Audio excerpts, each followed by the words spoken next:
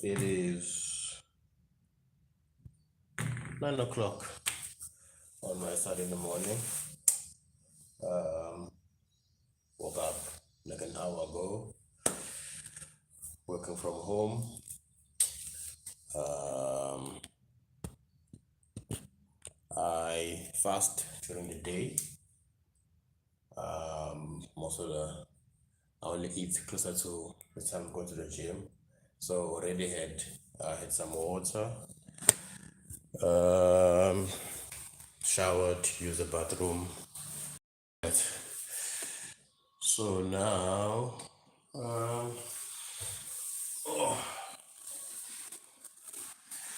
I'm gonna have some green tea and some creatine. So I have my green tea somewhat, you know, lukewarm. So yeah, it's green tea with a teaspoon of apple cider vinegar. So I'm gonna have this at 9 o'clock, and then by the black coffee probably around maybe in the 2 to 3 hours, and then I'll just be having water, and then have more coffee, and perhaps I'll also have maybe a pinch of salt and water during the day, depending how I feel. Depending on how I feel, if I'm feeling dizzy, electrolytes, and all of that.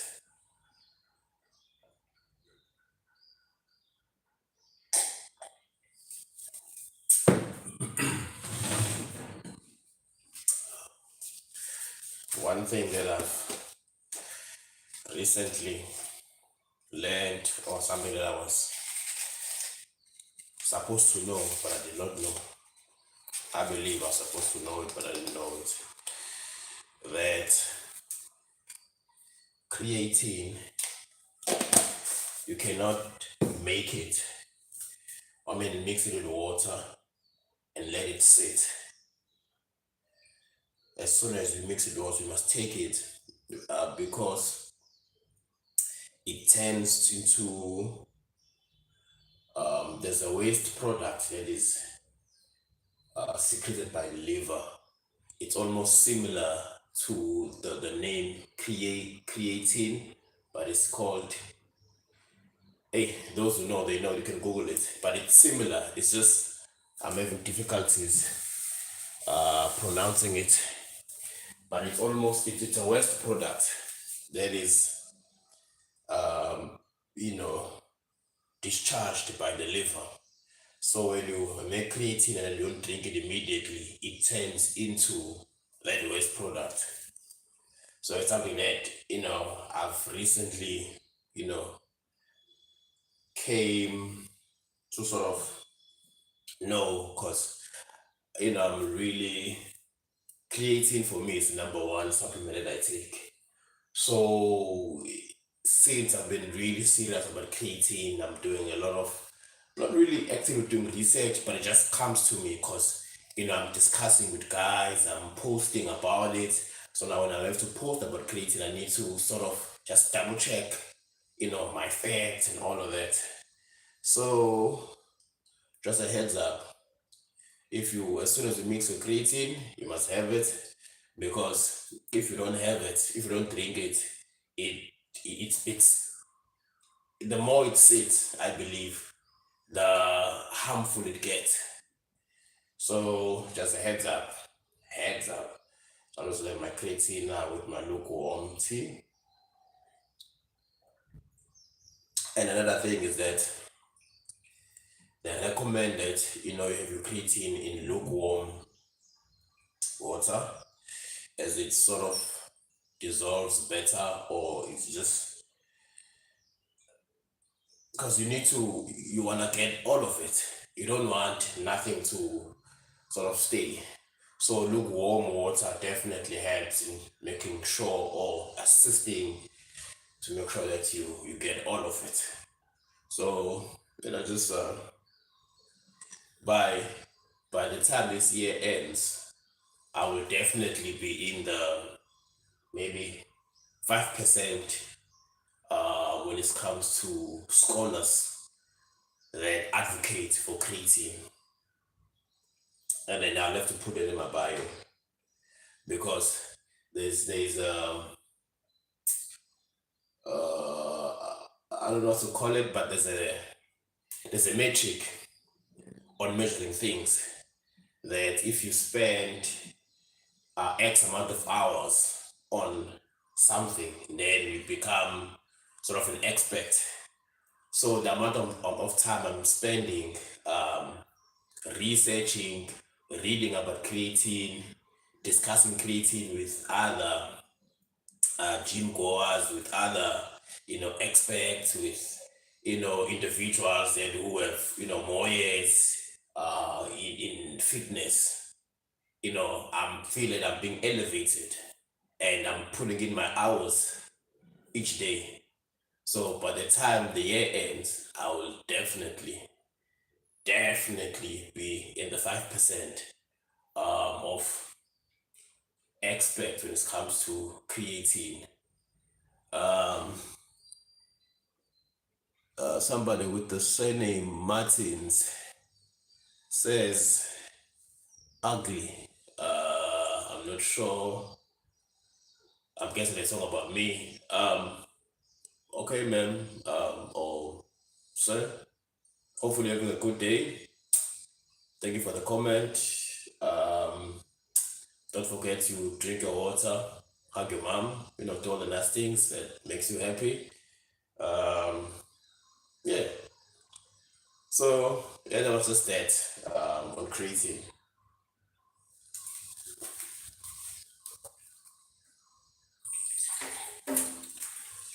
And then what I do to make sure that I get every little bit of creatine because I don't want to waste anything.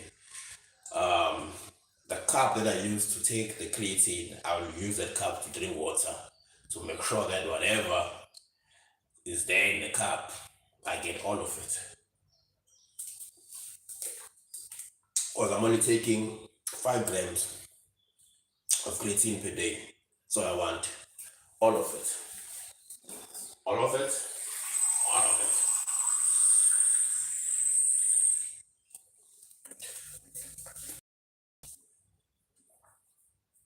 Oh, thank you so much for those kind words. Uh, KKAK1 just says, God bless you, brother. Thank you so much. It's, I think, whatever you believe in, regardless if you believe there's a God or there's no God, but the words, God bless you, definitely, just, it's good to hear, regardless on, what you believe in, because those words, it's, it's like, good luck or, all the best. It just sounds, it's very, it's always welcomed. So thank you so much for those kind words. Hopefully you're having a good day. Um, and the weather on your side is not too bad because everyone deserves at least a couple of days of good weather wherever you are, and it definitely makes one feel good. So thank you for those kind words and appreciate you watching and commenting. I'm sorry, commenting.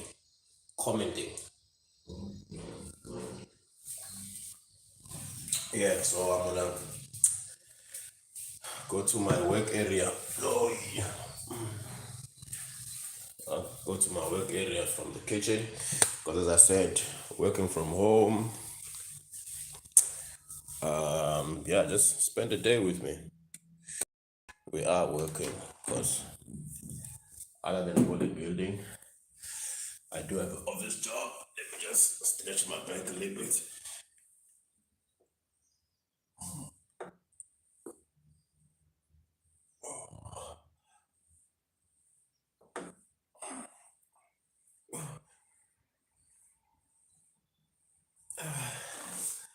I always say,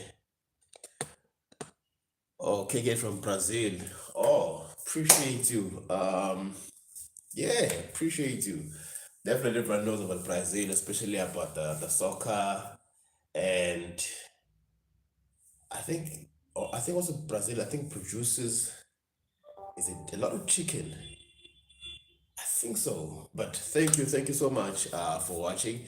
And if you have not subscribed, I appreciate you can subscribe. And then if you wanna connect with me on the other platforms, I would also like that. It's the same everywhere. Demotic Taylor as per the YouTube name.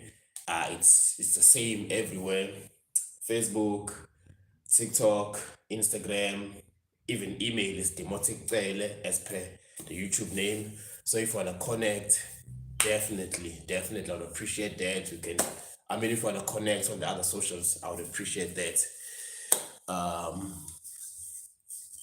Fernando, oh, says, good morning. I'm Fernando from Argentina, but I live in the city of Milan. Good morning, Fernando.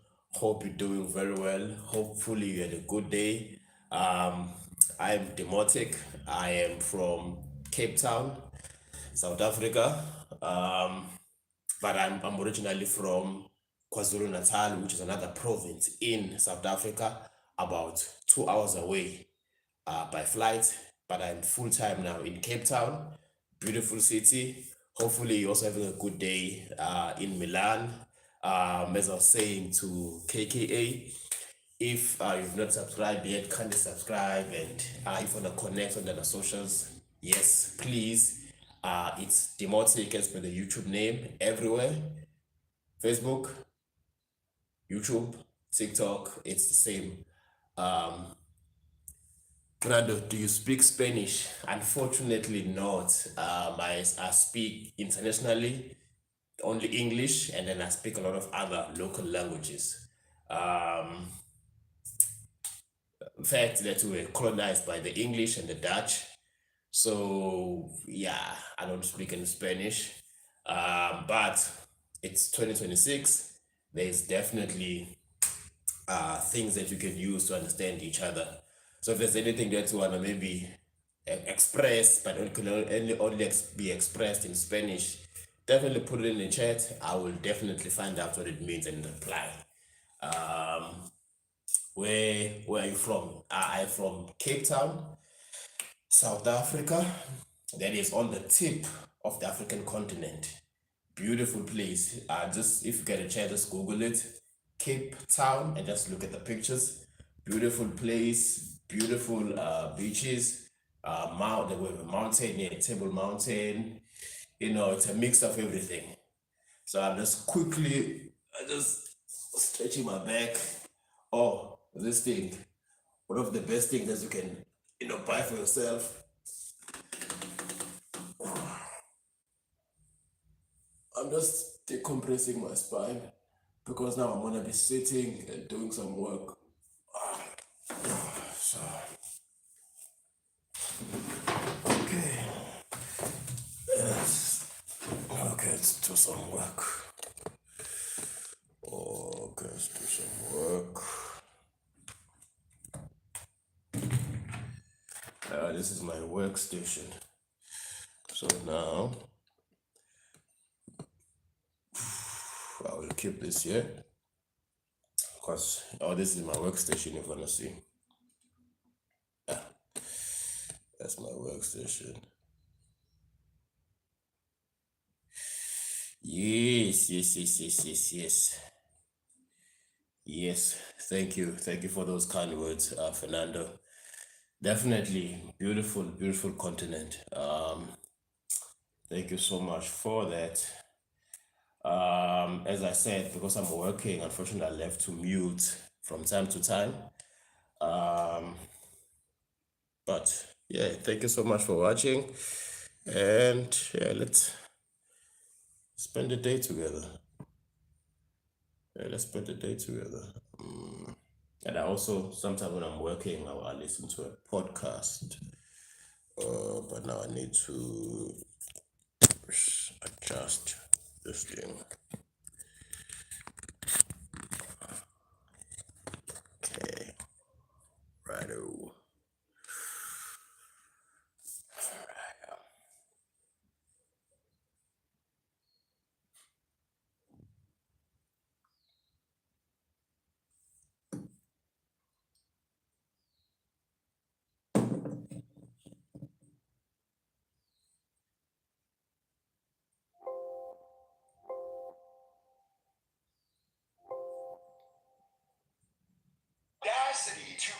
natural. Holy fuck, bro. This is gonna be a crazy video. This is gonna be a fucking good video. I cannot.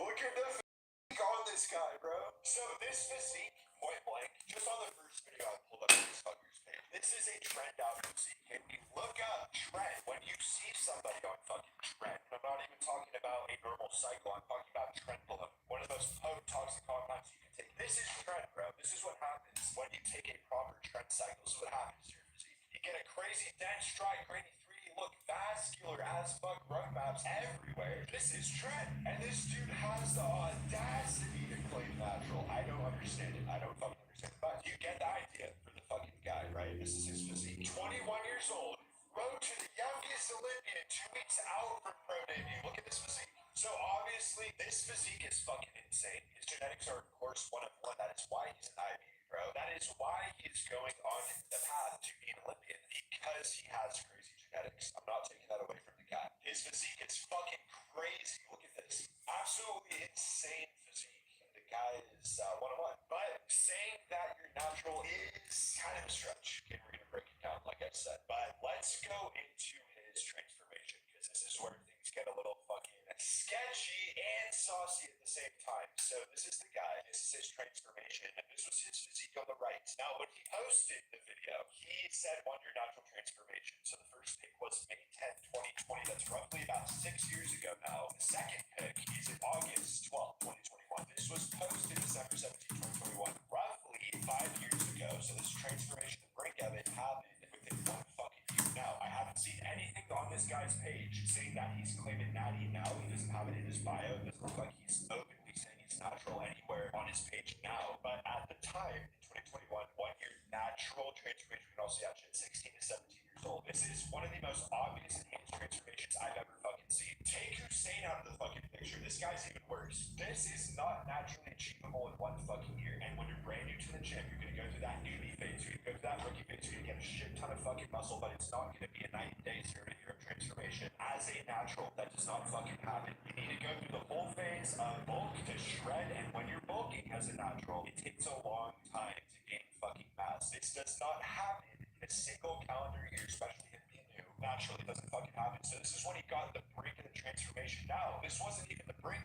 This is just 1 fucking year. The guy gets progressively sauced as the years progress, which I have pulled up here. Look at his physique now on the right. Holy cap fucking belts. Roadmaps going down, just like the Ashton Hall video I just posted. Roadmaps, but even worse than Hall, bro. And talk about cap belts. His traps are fucking crazy. The delts are fully fucking capped. Veins road mapping down his arms. His arms look like machine guns, bro. This is what you see and what you obtain when you push your cycle to the max. This is what you should expect, especially if you're dialed. Now, 16. Look at his physique on the left, 16. So still fucking insane. That was him here, actually. See, and even his timeline is making sense now. So you look at the pictures he's posting. He posted this from 2025. He's starting to fabricate his timeline. Fernando,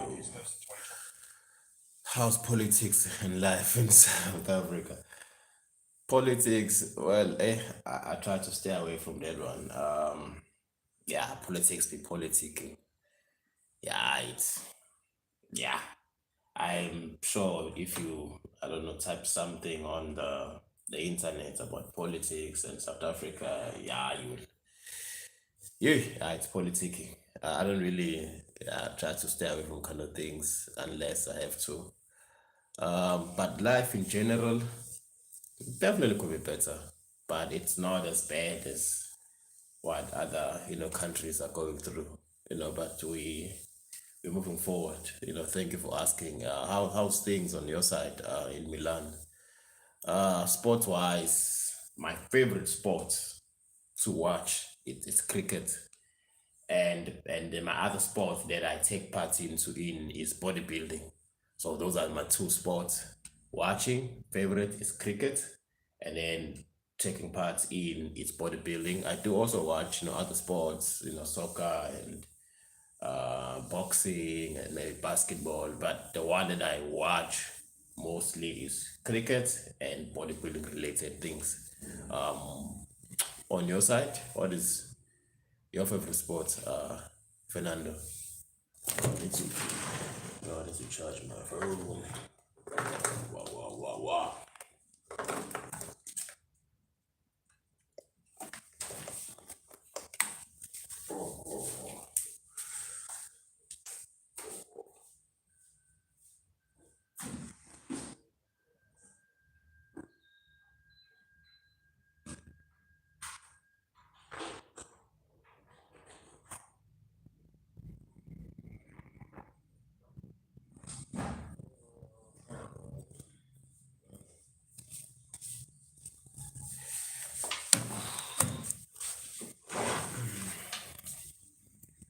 Mm.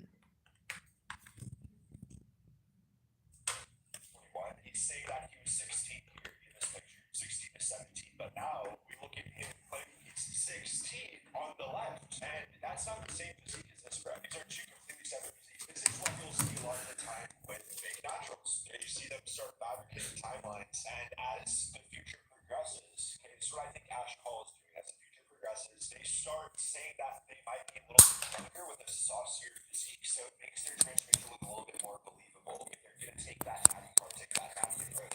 And this is exactly what he's done. He forgot to archive this picture, but he's saying he was 16 here, when in reality, apparently this is his 17 physique on the right, but this is him past the 17. This is him past this fucking physique. He looks even more sauce in this picture than he does in his picture here, when he said he was 17. Fernando say interesting. There's a musician called Lamona Limenet. Could you listen to one of his songs? This is called this Who Drank All the Wine. I will definitely check it out. I love discovering new music or just something new, because we are very lucky like currently that the world it's somewhat very small. So many now we can experience something online or digitally without needing to go to the place itself because some time back we could only experience and access live by a CD, but now it's definitely easier. I will definitely have a listen. I would definitely have a listen. I just quickly just pushing off something. I will definitely have a listen. I will definitely. I'll set it now. Just open the tab and so I don't forget. But unfortunately, I don't think I can listen to the song on the stream. But I think I'll mute and then I'll listen and I'm gonna let you know. How I love the song. So they keep pushing it, and they were able to keep pushing it perpetually year round to where they are now. But it takes a long fucking time, even on gear, to get this physique. This takes a long fucking time, even when pumping the gas on your cycle, taking advanced cycles to reach this physique. The fact that he's claiming natty from even 15 years old, it says 15 to 16 to 21, this is even a crazy transformation for being on steroids. So we can see it here again. His genetics are fucking sick, but still, okay, the fact that he's coming natural is fucking insane. I'm gonna break into some normal red flags you should expect for someone that is definitely not a little bit here, but we're looking at his physique for the time being. Now, this is another clear red flag. I found this picture on his page. This was him 16. Oh yes, oh yeah, it is. So we can see the visible stretch marks for this guy. Now, when you see crazy ass stretch marks, I got him. Oh, it's Carlos Lamona. When you see these type of stretch marks, the Who clear Drank All the Wine. enhanced, but not just enhanced. I'll definitely listen in a moment, but I'm gonna have to mute because legally YouTube rules does not allow. Now your skin is not calibrating to the growth, so you start getting crazy stretch marks. This is an obvious enhanced sign here from this guy. Look at this fucker, dude. Absolute goddamn monster. Okay, facial hair growth coming in. He's definitely running into a little bit of male pattern baldness at this point, but just look at this shit, bro. Look at this shit, bro. Crazy stuff. Absolutely crazy stuff. But not only that, he's hanging out with Anton. They're both Anton, bro. He's hanging out with Anton Utah. If you didn't see my video on Anton, you gotta check it out. It's a 19-year-old on gear. Apparently, he lied about that shit. Looking back through my comments on the video, a lot of people are saying, this guy's actually outed for being a 30-year-old. And this guy's openly taking a shit ton of gear. So I don't think there's really a question on whether or not this guy's on steroids. The question is, what exactly is he taking? So what I think he's taking is another sauced fucking picture. This is where I first was notified about this guy's name is fucking big. What I think he's taken over the years, I wouldn't be surprised if he's pushed a crazy amount of growth hormone, crazy amount of insulin. I think he's absolutely on insulin growth right now as we speak. I think he's taking a shit ton of trend. I think he's taking high doses of tests, a bunch of shredding agents, fat burners. I think that he's taking anything and everything at this point to go from his physique here being 15 to Now, this doesn't even happen for a lot of guys that take steroids. Okay, I'm gonna be very fucking transparent here. Even if you're fully dialed in with your diet, your training, and your cycle, and you've gone through the rookie phase of test, so you've gone through the intermediate stages, testing out mild fucking shredding agents, mild bulking agents, going into that advanced category, even for guys that make it that far, for a lot of people that take here, the majority of them, they're not seeing a crazy transformation like this even in 5 years, bro. That's just the reality of it. This guy's genetics are crazy. He's definitely a hyper responder when it comes to gear. He responds very well to the compounds. His physique and his genetics in general are crazy. So yes, of course he's gonna blow up taking this shit. But the fact that he's saying he's natural is just fucking insane. Okay? There's so many obvious signs of enhancement here. Like look at this, bro.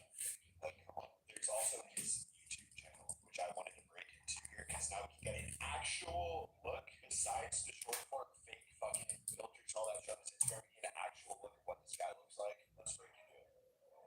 What was that?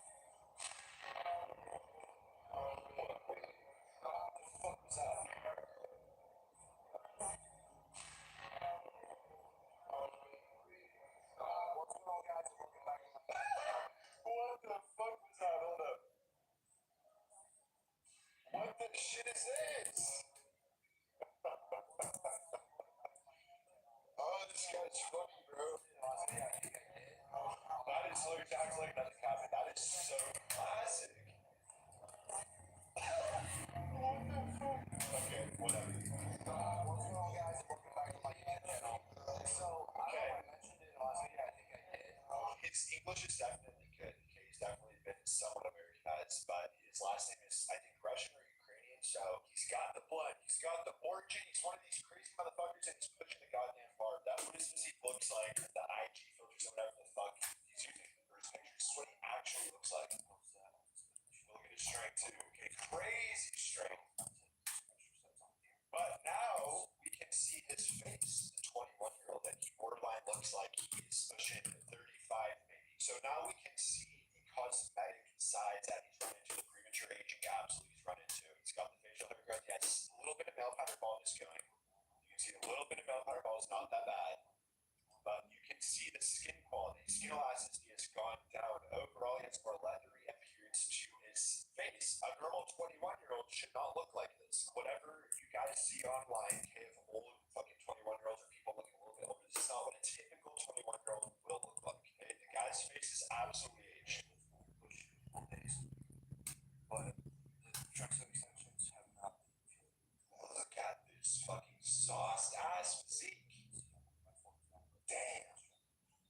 Yeah, look at that shit. Okay, so you can see what his physique actually looks like here. You get the YouTube video. Now let me break into some warning signs. I want to go over this shit with you guys. In my eyes, I can see the shit for the way it is because I understand these things when it comes to big naturals. I know the angle that they're taking when it comes to their brands. I understand why they do it a lot of the time, but I also can very clearly spot out someone who is saucing their ass out and pumping a bunch of goddamn hormones into their ass. This is what you should look out for here when it comes to big natties. When you see unnaturally rapid muscle growth, a dramatic transformation that happens very quick, obvious sign that someone is shoving a needle in their ass probably daily. This is not going to happen as a natural. When you're natural, you got to go through separate phases. It's a long road to go from zero to hero when you're natural. That's the unfortunate part about being natural. It's going to take a long fucking time to get the physique you want. It's going to take a long time. Even as a natural, a lot of people will not achieve this physique naturally. In general, it's going to be extremely difficult to achieve a physique like this naturally, unless you're in a 0.00001% of genetics, and unless you've been doing this shit for a decade at the bare minimum. Even then, you're not seeing anywhere near this for everybody. It's going to be so fucking difficult to get there as a natural. But if you look at Hussein, this is a very clear example here. You can see the Hussein transformation, right? Obviously, this picture has a filter over it, but this happened from 19 to 22 years old with this kid Hussein, okay? And that's why Hussein is one of the biggest fake naturals in the space at the moment, at least for the new guys coming up on the scene. And this is just something you need to be looking out for, okay? Unnaturally quick transformation. When they get that rapid muscle growth, okay? You can't do this as a natural. You gotta go through a bulking phase. You've got to pack on that water, that fluff to your frame to gain the lean contractile tissue. You're gonna go through that fucking phase. It's gonna take a long time to get any type of noticeable lean mass on your frame. It's gonna take a while. You gotta go through that. Then you have to go through the shredding phase, which is going to take that fullness, that denseness off your lose some muscle, you're gonna lose the water weight, the fat off your frame, and you're gonna look flat when you're shutting down. Until you get to that point where you're gonna peak your physique for a shoot, for a natural competition, for whatever you're trying to do, you can only peak your physique for a short period of time as a natural to have that fucking pop look. And even then, you're not really gonna look sauced. It's obvious when someone's natural. So when you see these quick gains, just like we see our boy here, Anton, do, it's an obvious sign of enhancement. That is one of the most clear-cut signs that someone is pumping their ass full of shit. Next, you run shredded condition. When someone is shredded, when they're dense, they're dry, when they have that full fucking look, but they're also a very low body fat percentage, hovering around 89%, maybe even 7, maybe 10 year round, but they're lean, they're full, they're dry. Another clear fucking example of the enhancement. We can see Anton swole here. If you scroll down through his page, the physique doesn't really change, even in the off season. This guy's obviously going through off season phases, but even then in the off season, his physique doesn't change that much. It gets a little bit fluffier, like right here. Okay, you wouldn't even say that's fluffy. Like in my opinion, that's not really fluffy at all. I mean, it's definitely, he definitely has a little bit more noticeable lean body fat on his frame, getting some water weight compared to how he looks in his recent pics, but still, it's not like a natural look, bro. Like it's just not changing really. He's staying dense, he's staying dry, he has that 3D look year fucking round. Another clear red flag that he is pumping his ass full of shit. That's what you should look out for in this space if you're trying to dictate whether or not someone is taking shit. Also, disproportionate or 3D muscle development. They have overcapped cells, huge traps, and balloon-like arms like fucking Hall or like Hussein. If they look out of proportion to the frame, this is another clear-cut sign here. Does this look disproportionate to his frame? He definitely has a symmetrical, proportionate frame. But look at his arms. Look at the vascularity. Look at the overly capped delts. This is a clear sign of fucking gears. Another clear sign is going to be noticeable size from the gear. So let's say you got any capacity, let's say acne, male pattern baldness, a premature aging to your face when it comes to increased facial hair growth or increased body hair growth all around. It's another clear sign here. Now for this guy specifically, we're not seeing a lot of noticeable signs, at least when it comes to acne. None of this shit is visible for the guy, but when we look at his YouTube, we can obviously see that his face is prematurely aged. He's running into very mild male pattern baldness, but he's still running into it nevertheless. So this is another obvious example of facial hair growth. Some people are going to grow beard quicker than others, obviously. Okay? Some people are going to bald quicker than others, but Okay, Fernando, I had to go to work. the stretch marks. Hopefully, Back to the goddamn stretch marks on this motherfucker. okay, got a call. I need to.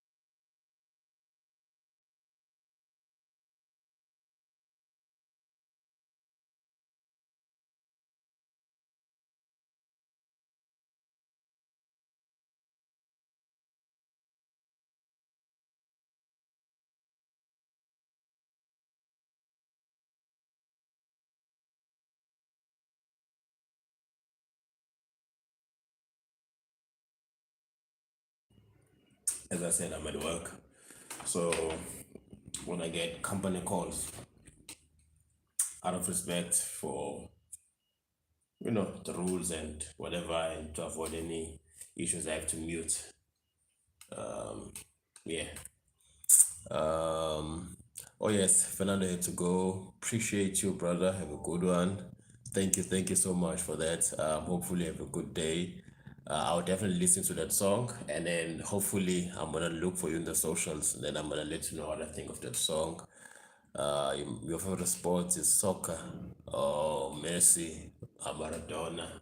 Definitely, those guys when you're watching them play, you definitely you'll be converted to soccer as well. But yeah, thank you for popping in. this is a bad one here. It's very obvious. So like, look at his fucking face here, right? The fucking delts, bro. Like, this is insane. Insane physique. Look at those fucking delts. The stretch marks, another clear goddamn sign that someone's taking care. This is why it happens. As I mentioned prior, when you're natural, it's going to be a slow progression. It's going to be a very slow marathon to get anywhere near this point.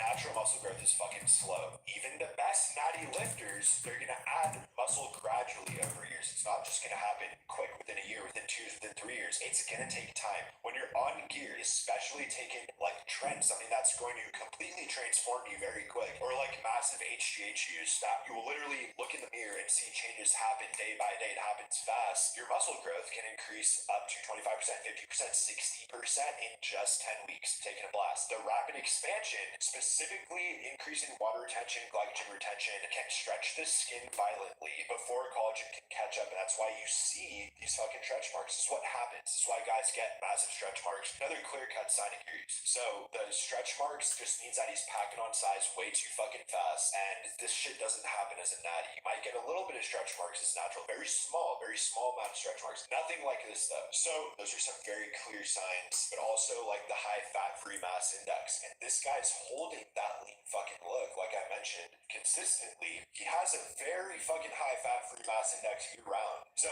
when you're trying to spot out a fake natty, I know it's fucking fun to do. You have to match these variables together. If it's just one of these, like let's just say that he has disproportionate 3D muscle development, like let's just say he has overly capped delts only, but none of the other variables are falling in line. That's not a clear, obvious answer that someone's enhanced. If there's just one or two of the variables, they very well could be natural. Not every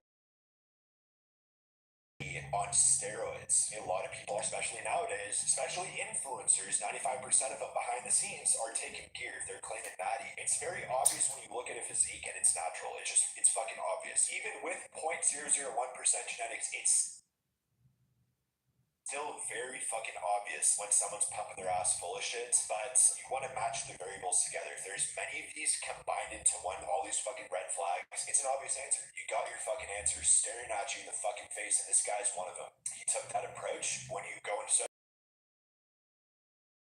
you're either going to be open about your steroid use, you're going to be transparent with your fucking audience, or you're going to say you're natural. Either way, you're taking steroids, but you either can say that you're on it, or you can say that you're off it, okay? It's one of the two. Or you can just be completely natural, but be blatantly obvious. It's going to be fucking obvious when you're natural. But this guy took the natty approach, and I'm not going to be surprised within half a year, maybe a couple months, maybe a year, this guy gets outed. It's bound to happen. I don't think he really cares.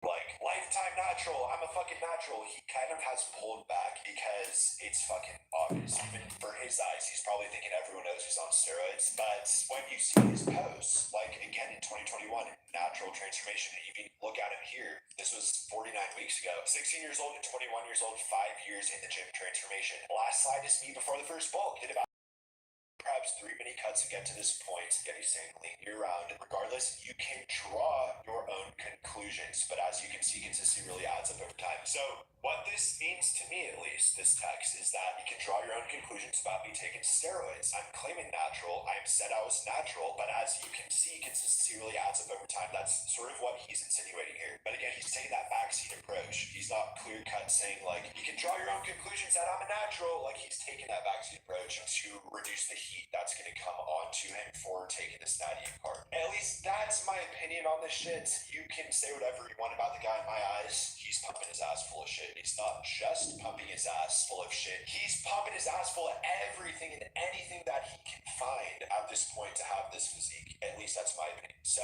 that's my 2 cents on the guy, Anton. You guys let me know what you think in the comments below. It's just a very obvious case of a fake natural. We'll see a bunch of these guys pop up on the scene as time specifically is one of the top fake naturals right now, in my eyes, right alongside Hussein, right alongside fucking Mike O'Hearn. He's one of the top until he gets outed, but that's my opinion, okay? Like and subscribe if you guys want to see more. Go follow my Instagram at TiagoFits. I'm active as fuck posting on that motherfucker, so go check it out, follow me there, and I'll see you guys in the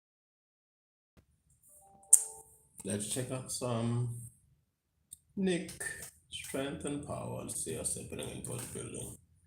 Nick strength and power. What's happening? 1 day ago, feeble, On the 7, Criso, Tonio. Here, what's happening there?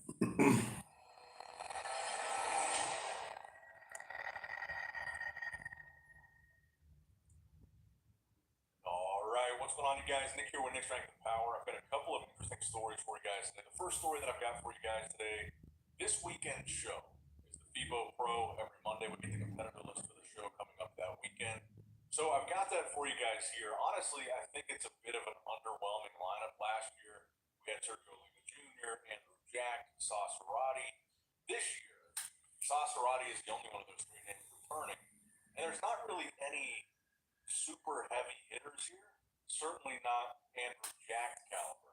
We've got Abdullah Al Awadi, Steve Benton, the Weed Sinota, Dennis Friedrich, Sasarati, Sibasi Sukatello, and Muhammad Insaur. I think of these guys, Sasarati is the front runner for me, especially based on what we saw from him in 2025. He was the most active guy, competing in 8 shows in 2025 alone. The British Grand Prix, the Mr. Olympia, the M Pro Classic, Toronto Pro, the Cali Pro, the New York Pro, the FIBO Pro, and the Detroit Pro. Most of them, he was in the top 2, and only one of them was he outside of the Olympia, but only one of them was he outside of the top 3, and that was the New York Pro and the Olympia. He was 16th, but he won 2 shows that year, and he was second at 4 shows. And one of the 4 that he was second at, by the way, was that FIBO Pro 2025. And interestingly enough, if you guys remember, at that show, Sauce is known for condition. And at that show, Andrew Jack was actually so off at the prejudging that Sauce was beating him at the prejudging of last year's FIBO show. Sauce had a score of 4, Andrew had a score of 5 at prejudging, and Sauce had a score of 6, and then Andrew had a score of 3 at finals. That was a really good showing for Sauce, and probably one of the worst showings for Andrew Jack. So I think looking at this lineup, honestly, this is going to be Sauce Roddy's show. He's very consistent, he's very conditioned, and he's very active, which is something I admire about him as a bodybuilder. But let me know what you guys think in the comments down below. Honestly, I'm a little disappointed that we don't see more guys competing in this lineup because it's been a slow couple of weeks. There were no shows the first 2 weekends of April, and I thought this lineup would be a little bit deeper than this. I'm not a big fan of when there's a 7-man lineup because that's essentially an entire first call out, the entire lineup, and I'm just not particularly a fan of that. Let me know what you guys think in the comments down below. Personally, I just hope that we see less shows with single-digit number competitors. Now, next up in the news, one of the really big battles that we've got coming up is the New York Pro and the Pittsburgh Pro after that. We don't know as much about who's doing the Pittsburgh Pro at this point, but the big battle that I'm looking forward to in New York is going to be Michael Krizo versus Tonio Burton. Michael Krizo had a really good 2025. He's been posting some really impressive physique updates in 2026, but Tonio Burton seemingly has been improving year to year. And the last time that Tonio and Michael went head to head, I believe would have been the 2023 Mr. Olympia. Now, that go around, Michael Krizo was 7th and Tonio Burton was 8th. So last time they went head to head at the Olympia, Michael Krizo came out on top. Now, that was almost 3 years ago. I think Tonio has gotten a lot better since 2023, even though that's not necessarily reflected at the Olympia, because in 2025 he was 8th again, but Michael Krizo didn't compete in the 2025 Mr. Olympia. But Tonio Burton won the Mexico Pro and the Legion, so he had 2 pro wins. He was 3rd in a highly competitive Dubai Pro, and 8th at the Olympia. Like I said, I think 2025 was more competitive than 2023, even though Krizo wasn't there. But in Tonio's latest physique updates, I think he's looking very impressive ahead of the New York Pro. And I guess we're 4 weeks out, a little bit under 4 weeks out now from New York. And unfortunately, I think this lineup is getting a little bit nerfed because we had heard Urs Kalsinski was going to do New York and then get some kind of illness or something, and that threw off his prep, so now he's not doing that, or Pittsburgh. Then we had heard Sergio Lima Jr., he got injured, he was going to do New York. And we've kind of talked about in previous videos how a lot of these big names, like top 6 Olympia guys, they seem like they're pretty much done after the Arnold, and a lot of them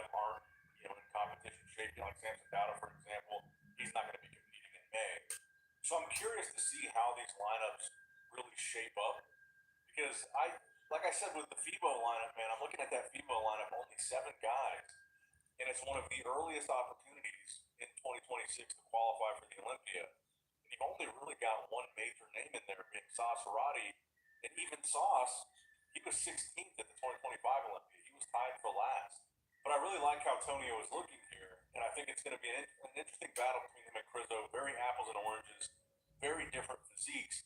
Then you look at the latest physique update from Michael Crizzo at under 4 weeks out from the New York Pro. He looks insanely impressive. I've talked about him a few times in the last couple of weeks, posting really impressive updates.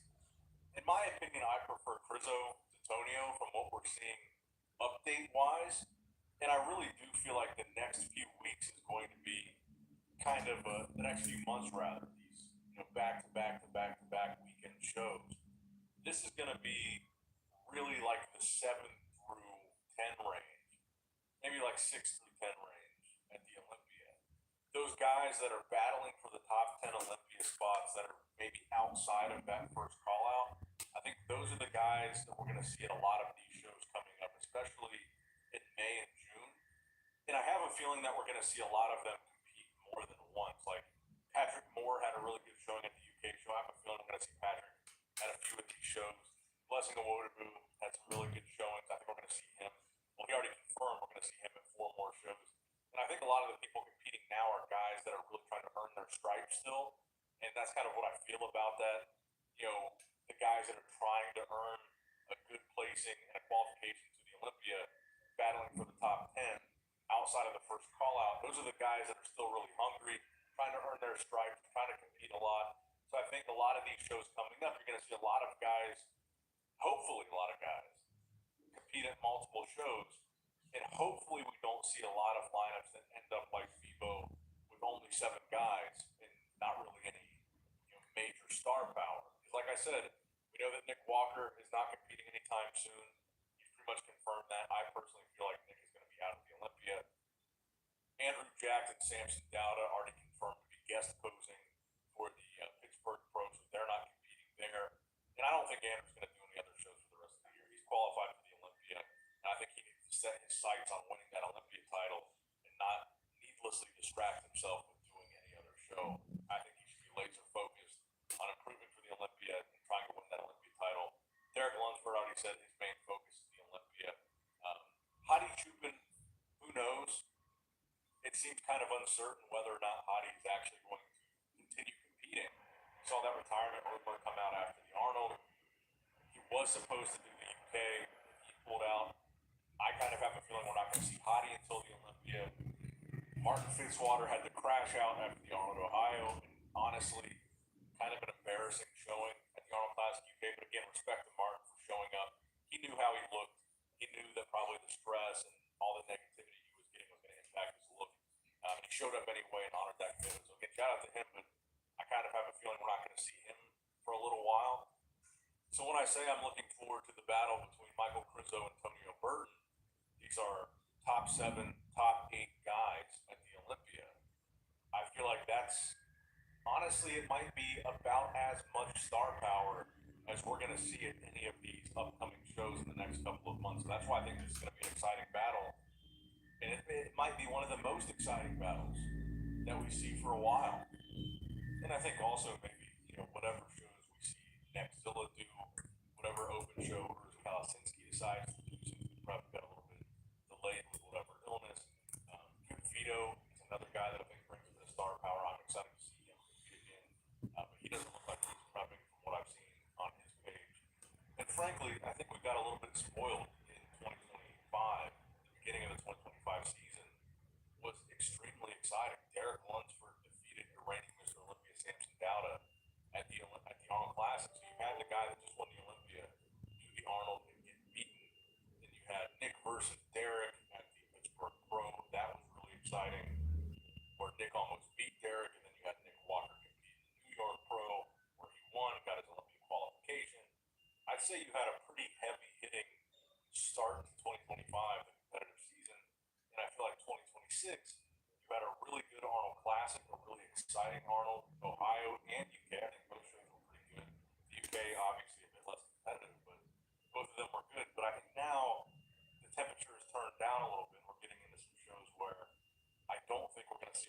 star power. So I think the most exciting thing that we have to look forward to in the near future right now is Tonio versus Crizzo. And I have a feeling that we might see that battle more than just one time. I think they're probably going to run it back maybe even a couple of times, just given the amount of shows, all in relatively close proximity, coming up really soon. But let me know what you guys think in the comments down below. Tonio versus Crizzo. Who do you prefer?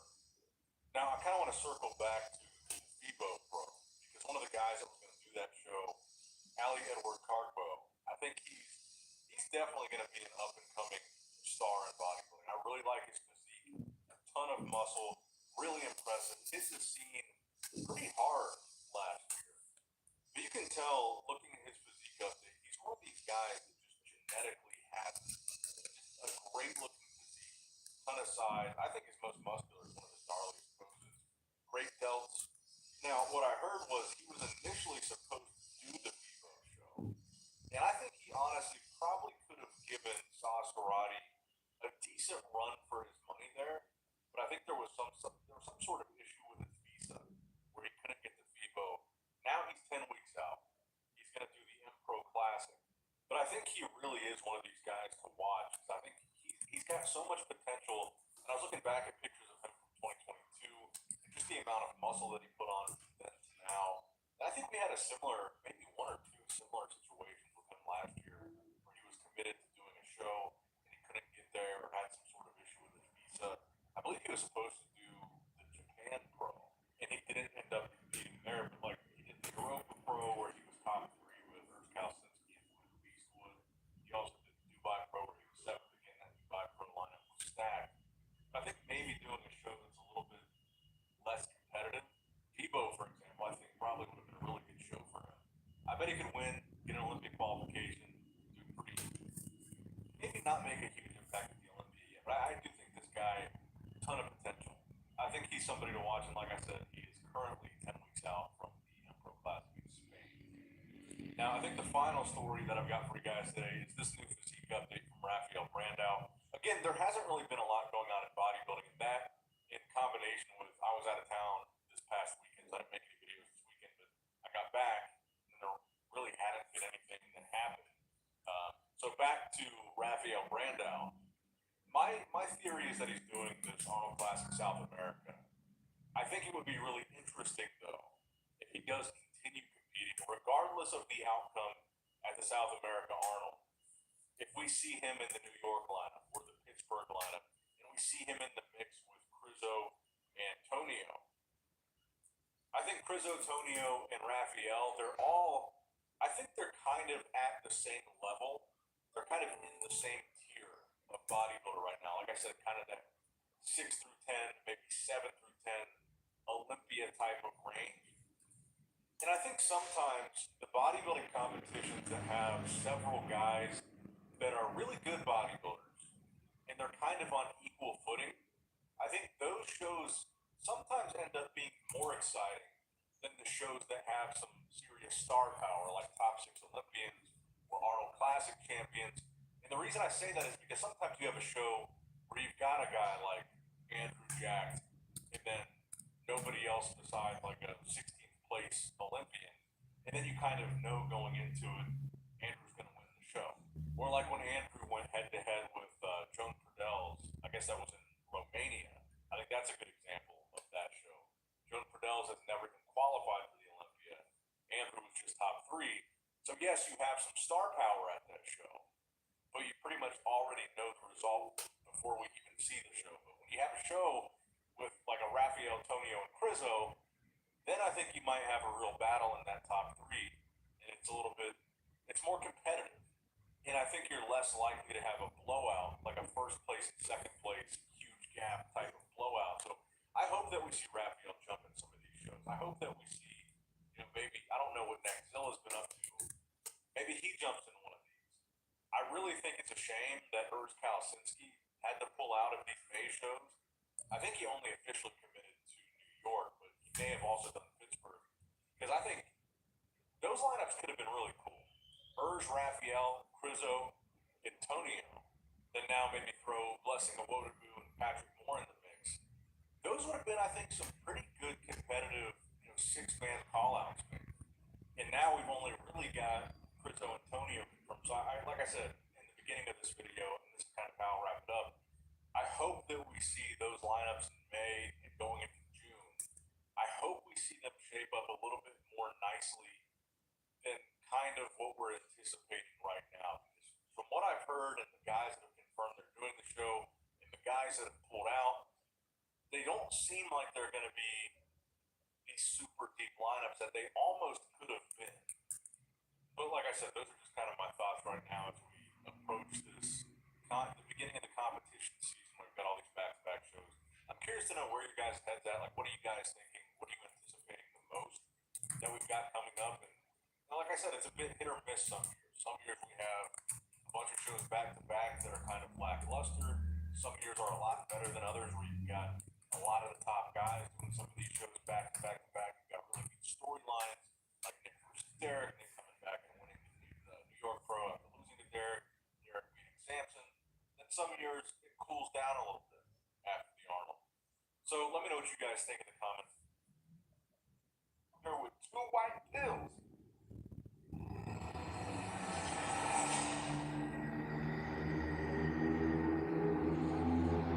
Michael Knowles. I'm a conservative podcast host at the Daily Wire. I'm an author and I'm a cigar salesman at Mayflower Cigars. And today I am surrounded by 20 LGBTQ plus activists. My first claim is that there is no such thing as same-sex marriage.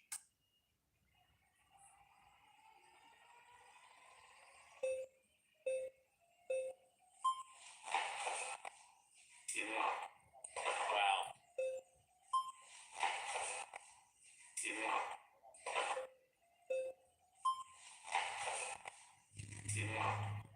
Wow.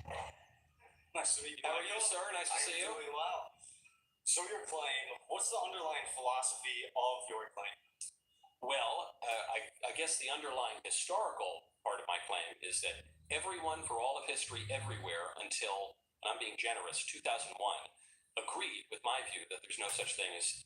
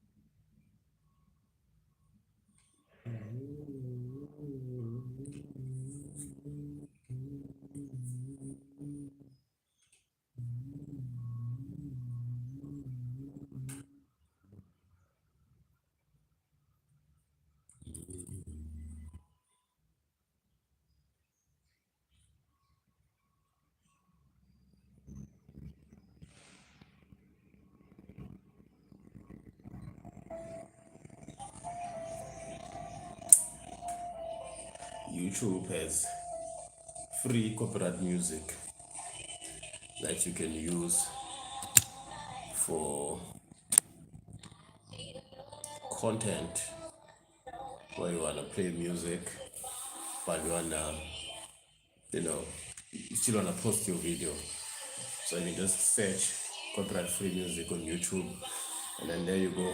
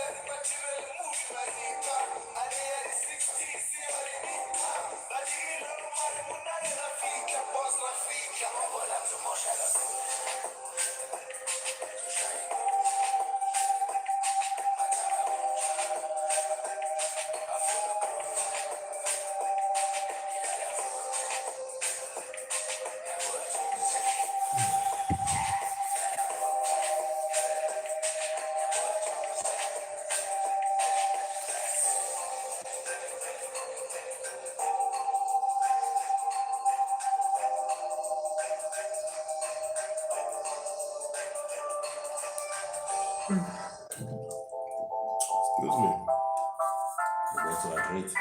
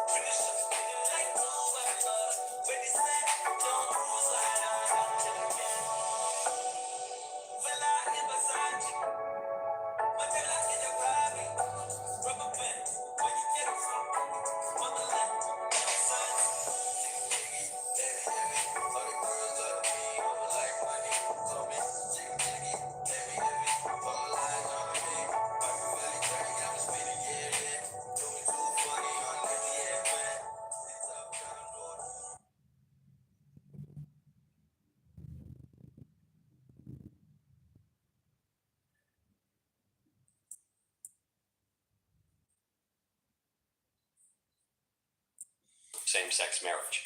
So it seems to me that marriage intrinsically requires sexual difference. And furthermore, I think that any claim that marriage could be redefined to include same-sex marriage would render the term marriage incomprehensible. Would you say that this is based off of natural law and how Thomas Aquinas defines natural law? There's a good natural law argument for it, but I think it's based on more than that. It's more than based on anthropology. But then would you say that marriage is a set of legal rights or is it a social role? I think marriage is an institution. I think it's the fundamental political institution. I think, getting back to classical philosophy, of course, that man is fundamentally a social animal. So, I think at the bedrock of politics is the unit of the family, and, of course, intrinsic to the family is marriage. But all of those, especially with natural law, is just an assertion without evidence to back that claim.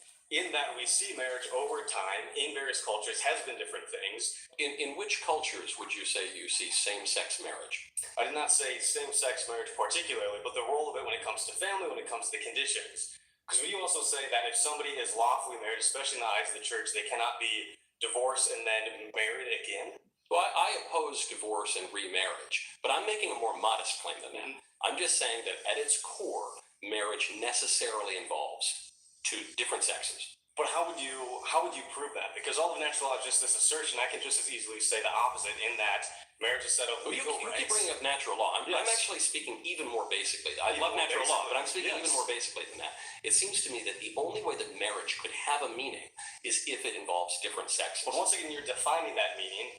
But marriage essentially is a set of rights conferred from two spouses when it comes to inheritance, when it comes to the rights of the children, when it comes to a number of about 1,100 federal and state Okay, rights. then what you're getting at is interesting and might help us move forward. How would you define marriage? I would say marriage is a legal contract between individuals when it comes to a set of property laws, when it comes to family law, when it comes to children, and many other rights that are conferred. And we do see that those rights have been conferred to members of the same sex. And so say that same-sex marriage does not exist. Yeah. Is Well, not no, true because because we see okay. it. Well, you say that marriage entails rights pertaining to children. Well, two men cannot create a child. But even cannot infertile create a child. couples, and neither can. There are a number of couples that cannot have children, Sure. So infertility sometimes occurs, and that's and so unfortunate. does gay marriage. Well, no, gay marriage cannot occur. I guess. But you're asserting that without proof. We see that it does happen in that. No, it what doesn't. we mean marriage. You with could legal You rights. could say that there's such a thing as a square ball. You could say that, but a You're square ball asserting that doesn't it's a really exist. contradiction. Would you agree that people have been lawfully wedded in the eyes of the government, and those two parties are members of the same sex? No, I'm saying that.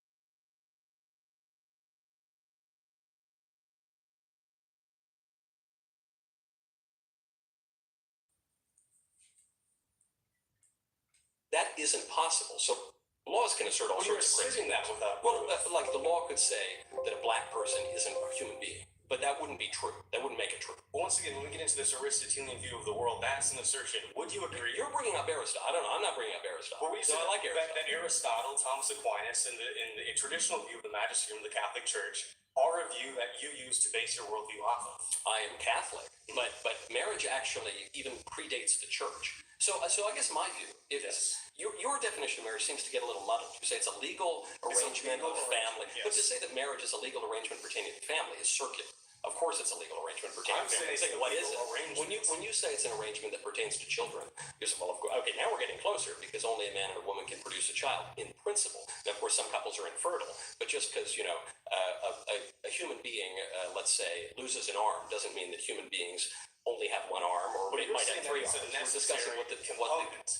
And that necessary component doesn't come from anything. No. Well, I'll give you my definition of marriage. Absolutely. I think marriage is a lifelong union between a man and a woman ordered toward the procreation and education of children and as a secondary matter for the mutual support of the spouses. But once again, when we say ordered towards, is to look at the world with these preconceived notions about things. I'm not preconceding anything. I'm just observing nature as it is. No, I'm just observing nature, and I'm saying that that's what marriage is. But if we're observing nature, we see that there are same-sex couples. So if we go, we are observing. No, I'm not saying there can't be same-sex couples. I'm just saying there can't be same-sex marriage. Are there same-sex individuals that have entered into a legal contract that the state recognizes as a marriage? Sometimes the state gets things wrong, as I am arguing. Yes, that there are couples of the same sex that have been wedded in the eyes of the state. Since 2015, the U.S. government Can pretends I be that too? men can be married to each other. But you're basing off of that nothing. You're basing that off of nothing. No, I'm basing it off of the Obergefell decision from the Supreme Court. They're pretending. They're acting as if two men can marry According each other. to you, No, according to the Supreme Court in the Obergefell decision. before pretend as if things exist outside of the institutions that we make. I'm just saying the word has a meaning, and I gave you a very clear definition of what I think it means and what statistically everyone for all of human history everywhere has thought it means. And you've given me this kind of jumbled description that keeps contradicting itself. And that's my whole point, is I think it is not possible to define marriage. I have nothing against two fellas. According to who? Prove me wrong. Prove you wrong. Once again, are there couples in the U.S. that have entered into a covenant that society views as marriage? Well, some people in society view it as marriage, but many do not. But you aren't the ones conferring rights to society. Right, but I don't think that the government dictates reality. I think that if the government came out and passed a law and said that human beings are people with 3 heads and 17 arms and octopus tentacles, and so we decree the U.S. government, that wouldn't make it true. But who defines marriage? Nice one. A pleasure to meet you.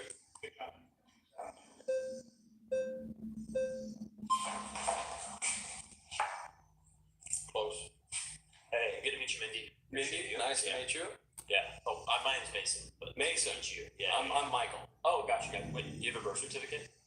Not on me, but I do have one. Okay. Well, I can't confirm that your name's Michael until I see that birth certificate, just as a defender of objective truth. But we can go more into the Well, policy speaking about marriage. you could actually, if you have faculties of reason and you say, well, this is the sort of fellow who presents himself, in a credible way, and you've probably checked with the producers here, they've probably verified that I am who I am. So a reasonable person would be able to know who I am. That is more performative characteristics. Is that what you're implying? Is that I'm able, with my faculty of reason, to assume that I'm speaking with the man in front of me?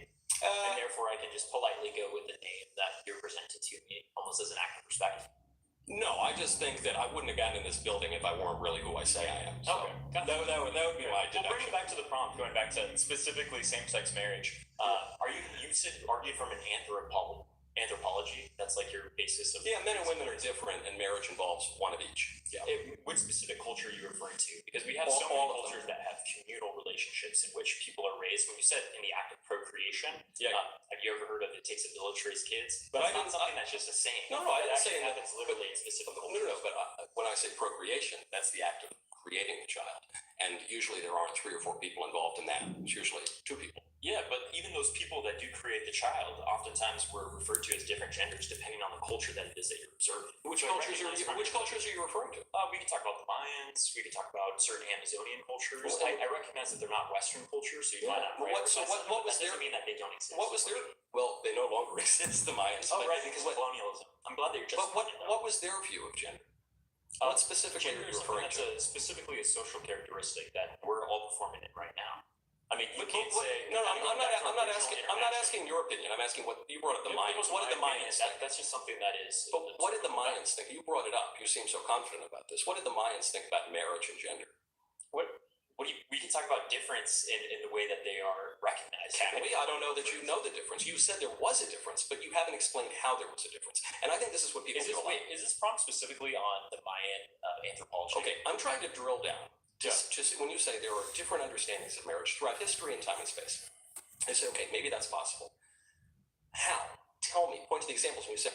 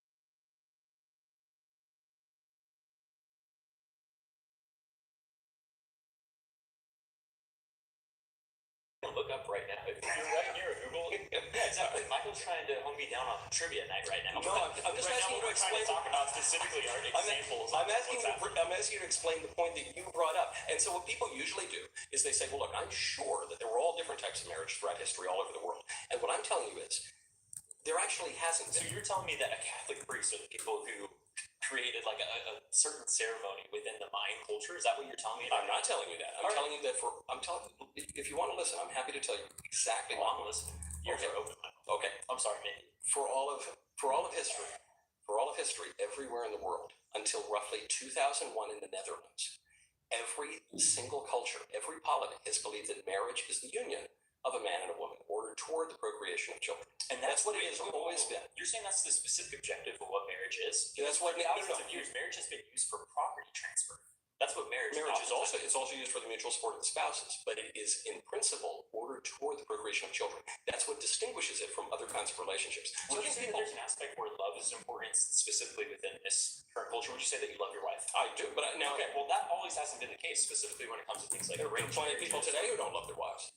That's absolutely true. I suppose the difference as I just mentioned, that love has not always been something that's recognized. Right. In some we love people in relationships that are marital and in relationships that are not marital. We sometimes don't love our spouses. We sometimes don't love people who are not our spouses. I think the point of what this conversation, Michael, is we're seeing different motivations in which people actually get married. But I'm not asking about motivation specifically for the procreation. It doesn't have to be specifically for property transfer. And in some instances, it can just be the people who care about each other. Okay, but the fixation and the obsession. I care about same-sex couples. I care about just what's so weird, specifically when conservatives claim to be big, strong men, cigar salesmen that are out there presenting this certain image. It's weird that you're focusing more on gay people than oftentimes on gay people.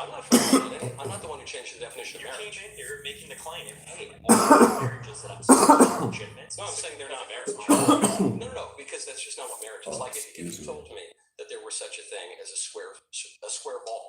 The ball that we're referring to is a yellow ball and a green ball. It doesn't mean that the ball is square. Now I think we're confusing our analogies. The reason one can't have a square ball is not because one has an animus against square balls. It's because it's in the nature of spheres and squares that one cannot simultaneously be both. The fear isn't seeing a gay marriage and saying, oh, boo, oh my God, I got scared. The fear is, oh my God, my rights are being taken away, or the institution of marriage is degraded, specifically because we're expanding it to people. It's because even in principle, two fellas can't make a baby. That's the difference. As we mentioned, there are people that are infertile that you wouldn't say their marriage is any less legitimate. But in principle, their marriage is inclined toward procreation of children. That's not true. We just talked about there were certain instances where marriage is used as a property transfer. It's not for procreation. But again, it's also his marriages were illegitimate. I would because I'm a Catholic, but that's a separate issue. This is the issue. I love my buddy, right? I love my Aunt Gertrude. I love my cousins, but I'm not married to them. I have lived with roommates. I wasn't married to them. Many people have slept with people who are not their spouses. That doesn't mean they're married to them. Marriage has to have a definition that is different from all of these other kinds of relationships. And the only one that anyone throughout all of history until roughly 2001, it's a union of a man and a woman inclined toward the procreation of children. And also, it so happens that children are raised in a much better way from a man and a woman. This is a specific motivation that you continue to reiterate and parent. That is just not true if you look at various examples. Good to meet you, man. Good to meet you. What was his name? I didn't catch it. That was easy. You got it. How's it going? Good. Nice to meet you. Nice to meet you. So, I am not in this politics world. To be honest, all I know about you is your name is Michael, and you don't marry your cousins. I don't. I avoid that. So I was taking some notes here on my handy dandy notebook. Okay. You're making a lot of appeals to things. Appeal to nature, appeal to the dictionary, appeal to the past. Philosophy.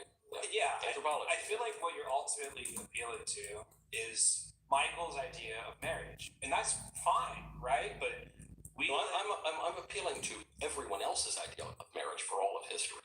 Well, so here's the thing.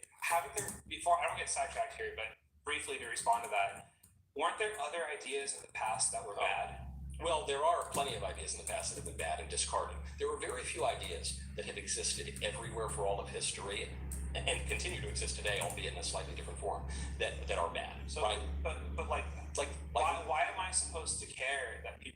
believe something for a long time? Well, because often things that have endured forever everywhere do so because they work or they have some tethering to reality. But in this In case, terms of reality, I'm glad you mentioned the word reality, because in terms of reality, I'm gay married, right? Like we live in a society where if you look at polling data, society seems to be okay with gay marriage.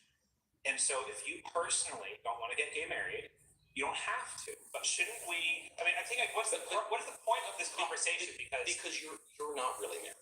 You have a relationship with a man. I but understand you're not really married. I understand that you think that, and that's fine. But we should structure, because what's the point of this conversation, right? I mean, I was kind of falling asleep about like the Plato and Socrates and I didn't bring it up. But That was the other guy. That wasn't me. I know, and we'll agree on that. Okay, there's the agreement for the thumbnail, right? But like the point of this conversation I can make it should very be practical for you. that we're deciding how we should conduct ourselves, Yes, right? I can make it very practical for you. Children do very poorly when they are raised by two men or by two women. Relative My to men. understanding of the literature on this is that that's not true. What literature are you referring to? Unfortunately, I was not able to bring notes here. If you look it up after, I don't have notes either, but I'll tell you. You can reach out to me after. I can Okay, email but you. I can. We're getting off my point here, and I don't like it. I So I'm think- going to keep talking now. I think it's so. you want it to be you need practical, do and what you want to avoid. We're just the going to talk important over point. each other. No one's going to understand anything. We don't You need talk to so talk. much more than me. All right, You're the hero. Let me talk. Come on, Michael. Let me talk. So, if you want to avoid the point I'm making, which probably is good for your side of the argument. okay, if it's good for me, I'm going to do it. So, we need, the point of this conversation is we're deciding ultimately, like, what should our laws be, Yes. right? If we live in a plutocratic society where a lot of people Well, have a shouldn't be lot of plutocratic. You mean pluralistic? pluralistic. Thank you. See, I'm not a media guy. I'm just a guy. Why am I here? He's a professional. Pluralistic. Thank you, Michael. So we live in a pluralistic society. Yeah. And we should have our laws allow people to live the way they want insofar as we're not impeding on other people's liberties or harming others, right? To my understanding, So what about the right of a kid to have his natural mother and father? Because when the rubber meets the road in gay marriage, it's not just two people living together. You could always do that. It's not two people doing those things you guys do. That you could always do that. It's the ability to adopt children, and in some cases, acquire children by going to the baby store and purchasing the eggs of one woman, renting the womb of another woman, and raising children, depriving them intentionally of their natural mothers, and that's very wrong. And that does infringe on the rights of kids. I understand that you believe that. And all the scientific literature, by the way, backs that up. That's not true. It is true. Fact check that, please. It is true. Let's let them fact check that on video. I'm happy to fact check it for you right now. No. The study that you're referring to is the Michael Rosenfeld study out of Stanford in 2010, and it said that kids raised in gay households did just as well in It's schools. not a study. And it was a major study. No, but it was wrong. It had a major methodological error, and it's been corrected by multiple other studies. I would love to engage with you on that in a second. Would you? Yes, in a second. I think my my point is the majority of people in society are okay with these things. And society's laws should reflect what the majority of people are okay with. The majority of people were okay with slavery for much of the 19th century. So should society's laws just reflect that? Wait, so now things that happen in the past are bad? Some things that happen in the past are Okay, bad. Some things are good. But some things are good. But the thing and is, some things that are happening now are very bad too. And the they're contrary to reason. The problem is that slavery is bad. Gay marriage, gay adoption, things like that are not bad. They are bad. No. And gay marriage is non-existent and gay adoption is bad. But how am I getting married if it doesn't exist? You're not. I'm having an existential crisis after this. You're not. People you have all. guys see me? Yeah. You guys see me? You exist, but gay marriage does not exist. Okay. And gay adoption is very bad for the kids. I'm not even knocking the guys who want to do it. I understand there's a natural longing to have kids, and homosexuals in a same-sex union can't create kids, which is part of the reason why it's not marriage. But it's still bad for the kids. Okay. Well, I thank you for correcting me on the word plutocratic. I otherwise completely disagree with everything you said. All right. Well, and I think most people do too, and that's why the laws don't reflect your opinions. Most people around the world agree with what I said. All right, guys. All right. That's it for this claim. Please return to your seat. Thank you. Thanks. It's time. Come here. My next claim is that transgenderism should be eradicated from public life entirely.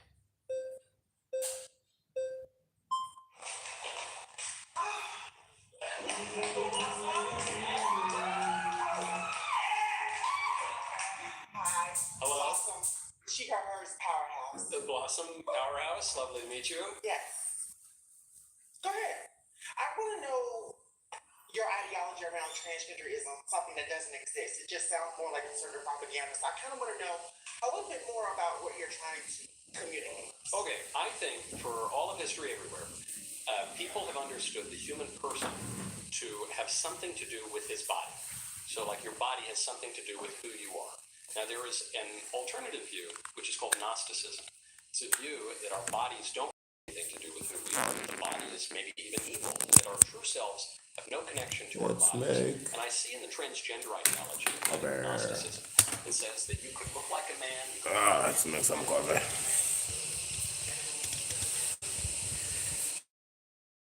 Time for some coffee. It's all of a sudden it's gotten a bit cold. Let me show you outside. I don't know if you can see outside. Oh, yeah. I see there. Yes, outside. It's a bit too cloudy. So I'm feeling a little bit cold. And it's time for my coffee. As I said,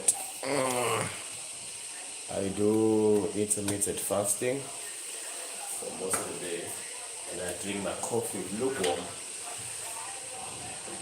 because I just need for that caffeine thing to be activated. I don't need to, warm my body and whatever. Just need the caffeine molecules to be activated. So, let's make some coffee. And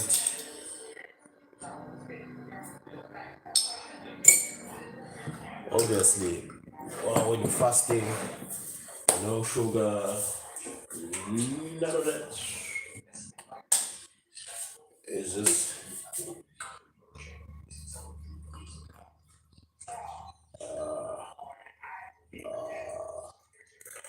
David goodness. And I think this will be more water.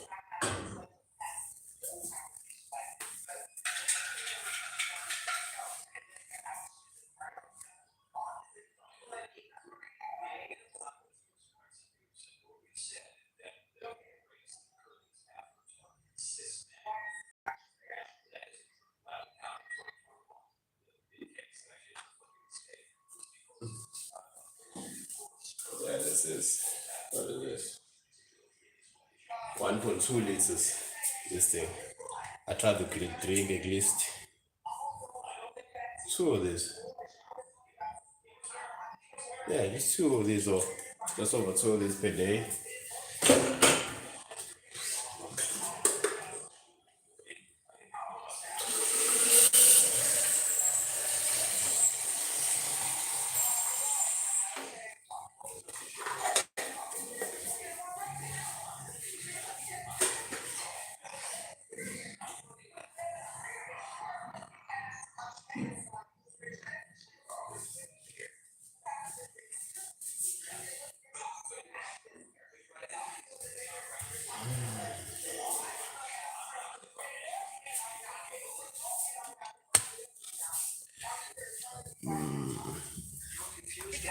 No, you are confused by the fact that you don't really have any talking points right now because Then why aren't you letting me speak? really don't. If I have nothing to say, why aren't you letting me Put speak? me on your show. How about that? Then it would become How your about show, that? I think. Oh yeah, I should have a show. In 2018, there were 2 rapes in bathrooms, and one in Wisconsin, one in Georgia. From men. Also because of the transgender But identity. say it, this means If you're going to describe a boy who wears a skirt and goes into a girl's bathroom No, you as a are. cis man, no, I didn't. no, you are. This is the example that past that you have nothing. I've just given you You 3 have examples. nothing. I've given you 3 examples in Nothing. recent years. You don't. You've been struggling this entire News to time. me, have I? Yeah, you have. I think the translating don't protest too much, methinks. Bye. Goodbye.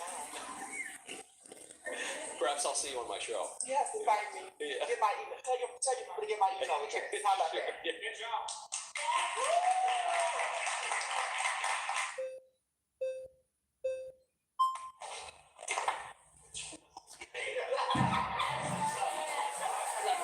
Hello? Okay, so if we're gonna think about women getting raped in bathrooms, right? It's a small percentage of trans people that are doing it. I'm not denying that that's happening because it is a reality and it's an awful thing for women to have to go through. Yeah. But then what are we doing about the men that are the 93% of sexual violence towards women? No, hopefully arresting them and putting them in prison. And what are you doing before that? Why are men the highest percentage for this? If it's such a bad thing for trans women to use the bathroom, when a very, very, very small amount of women are being raped by trans women, why are we not having any sort of things before that for men? I think we try to enforce our laws and protect people from rape, and so we Apparently not very well. No, relatively well. We have a relatively low rate of these kinds of violent crimes compared to other places in the world. But in one area, we're talking about men forcing themselves into women's bathrooms.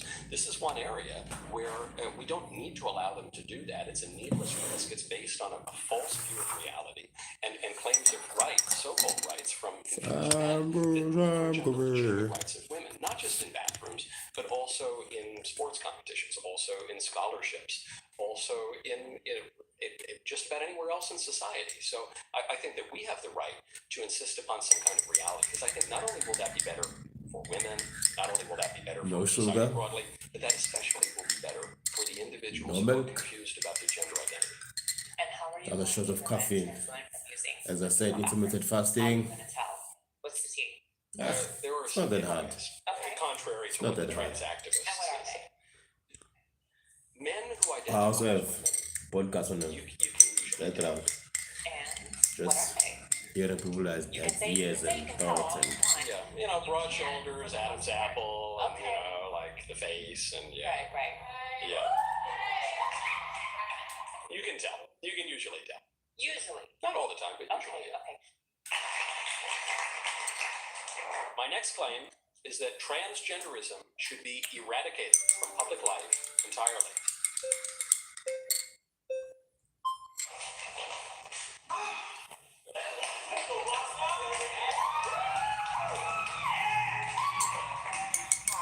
Hello, She got her powerhouse. the Blossom Powerhouse. Lovely to meet you. Yes. Go ahead. I want to know your ideology around transgenderism, something that doesn't exist. It just sounds more like conservative propaganda. So I kind of want to know a little bit more about what you're trying to communicate. Okay, I think for all of history everywhere, people have understood the human person to have something to do with his body. So, like, your body has something to do with who you are. Now, there is an alternative view, which is called Gnosticism. It's a view that our bodies don't really have anything to do with who we are, that the body is maybe even evil, and that our true selves have no connection to our bodies. And I see in the transgender ideology a kind of Gnosticism that says that you could look like a man, you could have a man's genetics, you could have a man's genitals, you could have a man's everything. But if you feel on some deep level that you're really a woman, then you are really a woman. And I don't think that's true. And I think that the social effects of that are really bad because it leads to the depriving women of their legitimate rights. In some cases, it leads to rapes, notably in the last few years. And it also leads to women losing their sports competitions and their scholarships. And it's just disordered and false. And it also leads to more people adopting this identity, which leads to very high rates of anxiety, depression, and suicide. So it's bad for everyone. And it's not grounded in reality. Oh, I don't even think you understand what you say sometimes. I don't think you even understand what you say, because when we talk about these rape cases of women in the restroom, they're coming from cis men like you. So let's No. be very clear No, where it's that's coming not from. true. In It's very, 2021. excuse me, do not interrupt a black Well, I'm just trying to Do correct not you. interrupt Well, a black trans woman. I would never interrupt a black woman. No, thank You you. made it. Here's the thing about me as a black trans woman. I am not a threat to cis women, and I think it is harmful that you are going around, you're spewing that rhetoric, weaponizing this rhetoric against trans people. Weaponizing facts. Transgenderism does not exist. We as trans people exist. We are 1% of the population. And there is a lot of power in the trans identity because you are sitting here spewing something to me that doesn't really I'm not spewing anything. I'm just stating facts. I have lived experience. You don't, and you never will. But I do have a I question. have lived experience. What if one of your I'm tried. what if one of your kids came out as trans? How would you God react to forbid. that? I mean, I would obviously love my children, and I would try to do what's best for my children. And the best thing that I could do to be respectful and also to be conducive to their flourishing is to tell them the truth, which is that they're not really girls. Oh, come on! I can't even imagine your relationship with your children. No shade, but That's right. That's right. I just cannot even imagine that. But here's the reality: we exist. Again, people like you do not have the intellectual capacity to hold conversations like this because in a minute you're going to reduce this down to genitalia, and then we're going to have to shift this somewhere else because obviously people like you, that's where they go, right? In a minute, what I'm going to do is correct something you said. When you said that the rapes that have occurred in these bathrooms are cis men. White cis men, I should say, actually. That isn't true. Loudoun County, 2021, the big case that actually ended up flipping the state was because there was a boy who wore a skirt, went into the girl's bathroom and raped a girl in a particularly hideous way. And you know what happened? Hold on, don't get me off. You said you wouldn't. Cis boy. It was not a trans woman. All y'all I don't go think back to cis boys. You're always talking about cis boys. I don't understand the fascination with trans bodies and what's happening in the bathroom. It is mostly happening. I think you're filibustering because you don't want me to tell you what happened in the bathroom. Me. I think you're filibustering.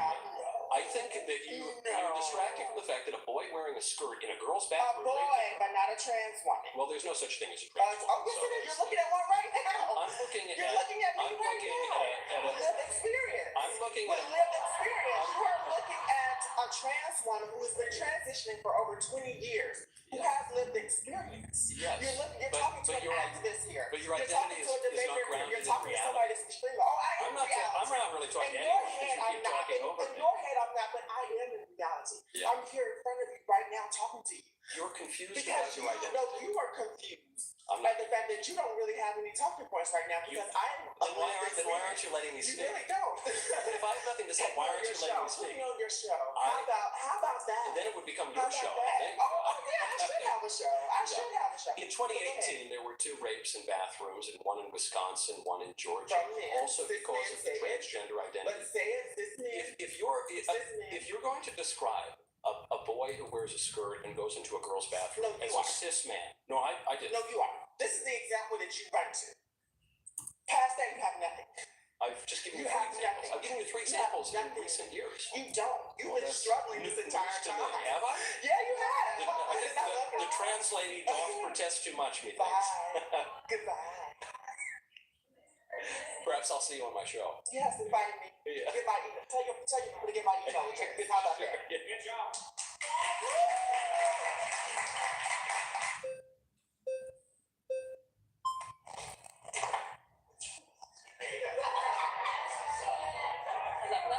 Hello. Okay, so, and we're gonna.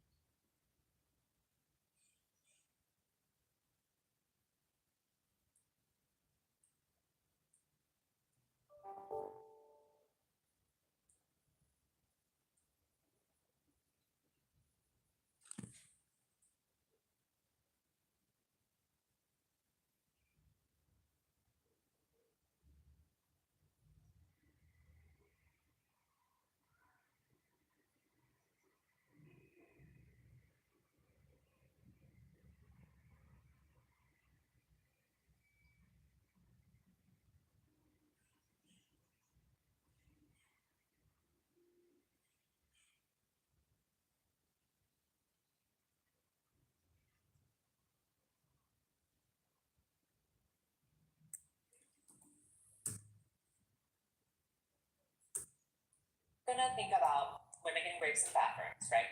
It's a small percentage of trans people that are doing it. I'm not denying that that's happening because it is a reality and it's an awful thing for women to have to go through.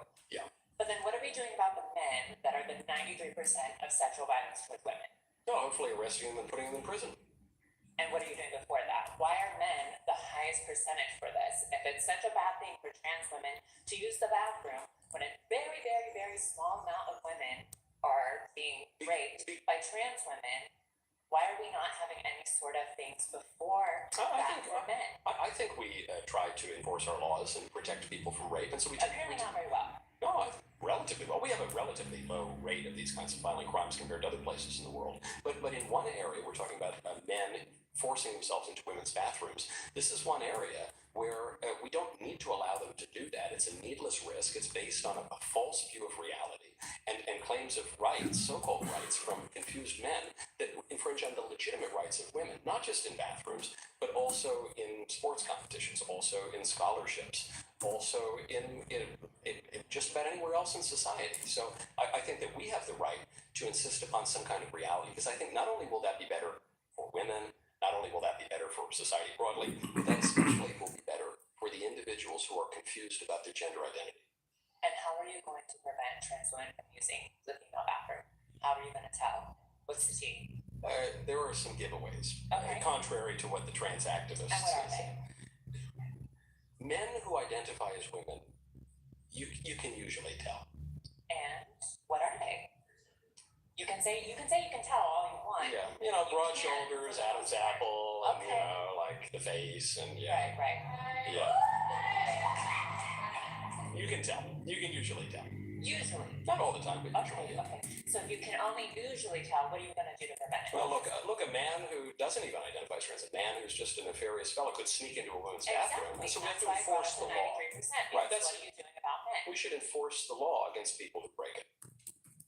And what are you doing before that? Like, why is it a continuous pattern for men? We teach to do people this? in class. You're not teaching them very well, apparently. I mean, we have Republican parties who are literally putting a president who is a felon who has sexually assaulted people. What does that say to men? Yeah, no one really buys that. I bought it. No one really buys that. No one seriously thinks that Donald Trump is like this. I know we. Right.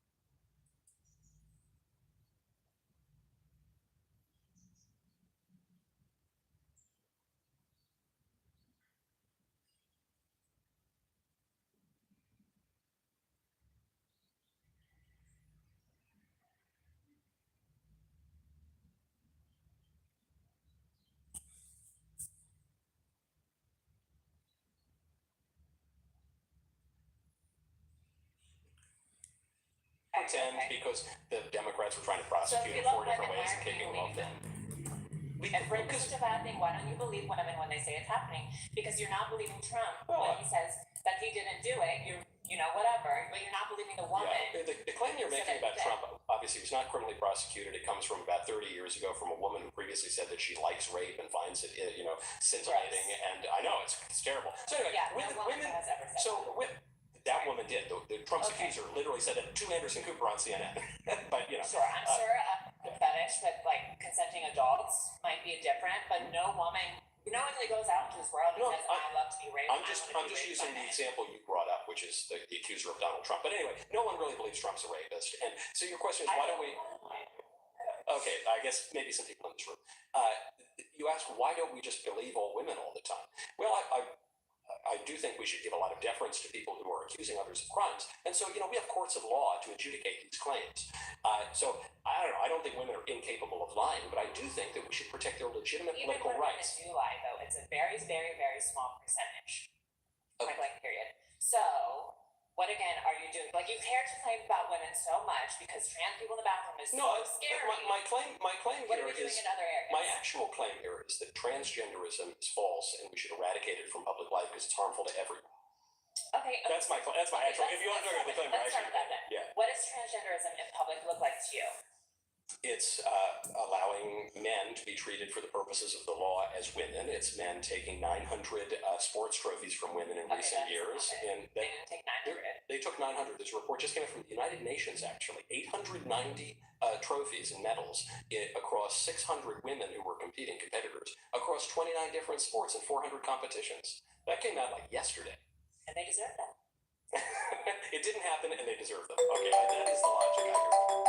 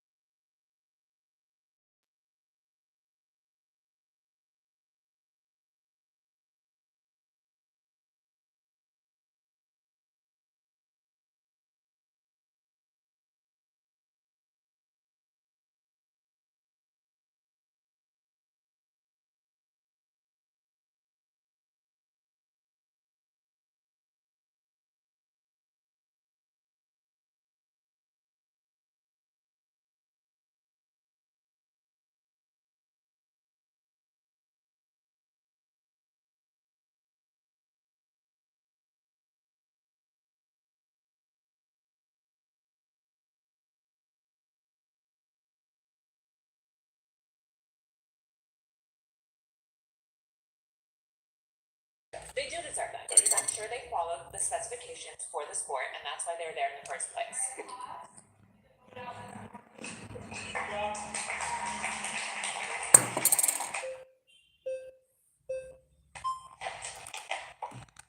Hello. Hello.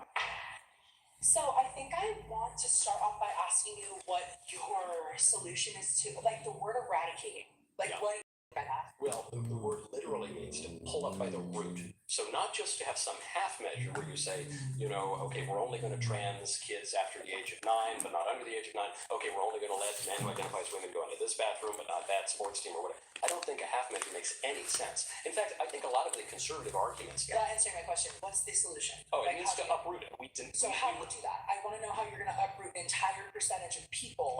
I'm not uprooting people. I would return American public law to what it was before roughly 2015. I don't understand the perspective of how you or the Conservative Party is going to make any sort of progress in eradicating an entire percentage. I think it's just We're not eradicating people. You're trying to say that because it makes us That's look what you're crazy. saying. I said I want to eradicate a whole ideology of transgenderism. Trans people. That is going to be people that you are No, taking. like if I want to eradicate poverty, that doesn't mean I want to kill all the poor people. I'm not saying quite the opposite, saying that you want to kill. I'm asking you what your plan, like what in the best case scenario, how are you going to get people to stop being trans? I think we're going to tell boys that they're not girls. So we're that going they're to tell boys. boys that they're not girls and Yeah. they're going to listen. Yeah, basically. Really? Yeah, that's what we've done for most of history. That happened to me, and I can promise you to God that I didn't listen. Yeah, well, because we live at a time that is affirming the transgender delusion. But if we lived at a more sensible time, probably you wouldn't listen. And you might have had some. And I think we should just return to a more sensible kind of But politics. what is you're not giving a solution on how you would even be capable of Yeah, I doing think I am. I something think we like kick the fellas out of the boys' bathroom. We kick the that. How transgender are you teaching going out of to do schools. that? We just enforce the law as it was before 2015. There was It's a not that law prohibiting trans women to go into the women's bathroom or trans men going into the men's bathroom. Yeah, it's there in the term women's bathroom. That's a law. That's why men can't go That's a in. law. Yes, there are all sorts of laws against public indecency, for one, against men going into women's sports leagues. There are all sorts of regulations against that, or at least there were until recently. We did not have established in public life transgenderism until very, very recently. That's not true. That's not true. What about the two-spirited people? What is the two-spirited people? In the indigenous community, they are. I don't want to get into semantics, but I know that the fact is that there has always been trans people. I'm trying to be educated and be It came from sort of, yeah, third annual intertribal Native American First Nations educational Gay and purposes. Lesbian Americans Conference in 1990. I want to be open regardless of my background and my ideas. So that's why I'm listening, because I need to open up a little bit. Somewhat recently, that the term two-spirit came to her in a dream in 1990. Now, the Ojibwe Nation actually has translated this term. It's the Niche Mani Duwag, but they translated it from the English in 1990. How you're capable of eradicating an entire percentage of people by setting laws, because people are You're not. I think you're choosing not to hear what I'm saying, because I'm saying we don't want to eradicate any people. We want to eradicate. But the other word is transgender, which is an ideology. But I am a transgender person. You can't just You are a skip over that confused fact. person, but I'm you're not, not. babe. I'm so secure in myself, and there's other women in this room that are also trans, have been trans for 20 plus years, 7 years, babe, that know exactly what they're doing. You're confused because it's not How are possible you for a man capable to of become a looking at woman. somebody without knowing their bodily autonomy, knowing anything that's going on with their medical history, anything, Because I you know know nothing I know about the me. basics of human You nature. know nothing about me. I know that you're human. And I know a little bit about human nature. And I know that a boy can't become a girl. So that's what I Does know. anybody want to take You're tapping out. Yeah.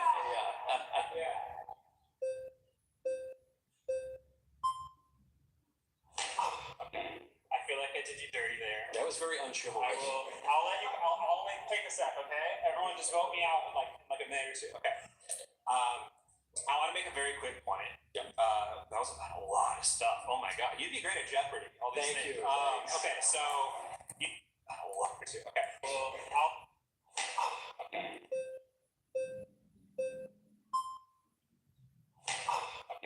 I feel like I did you dirty there. That was very unchivalrous. I'll make take a sec, okay? Everyone just vote me out in like a minute or two. Okay.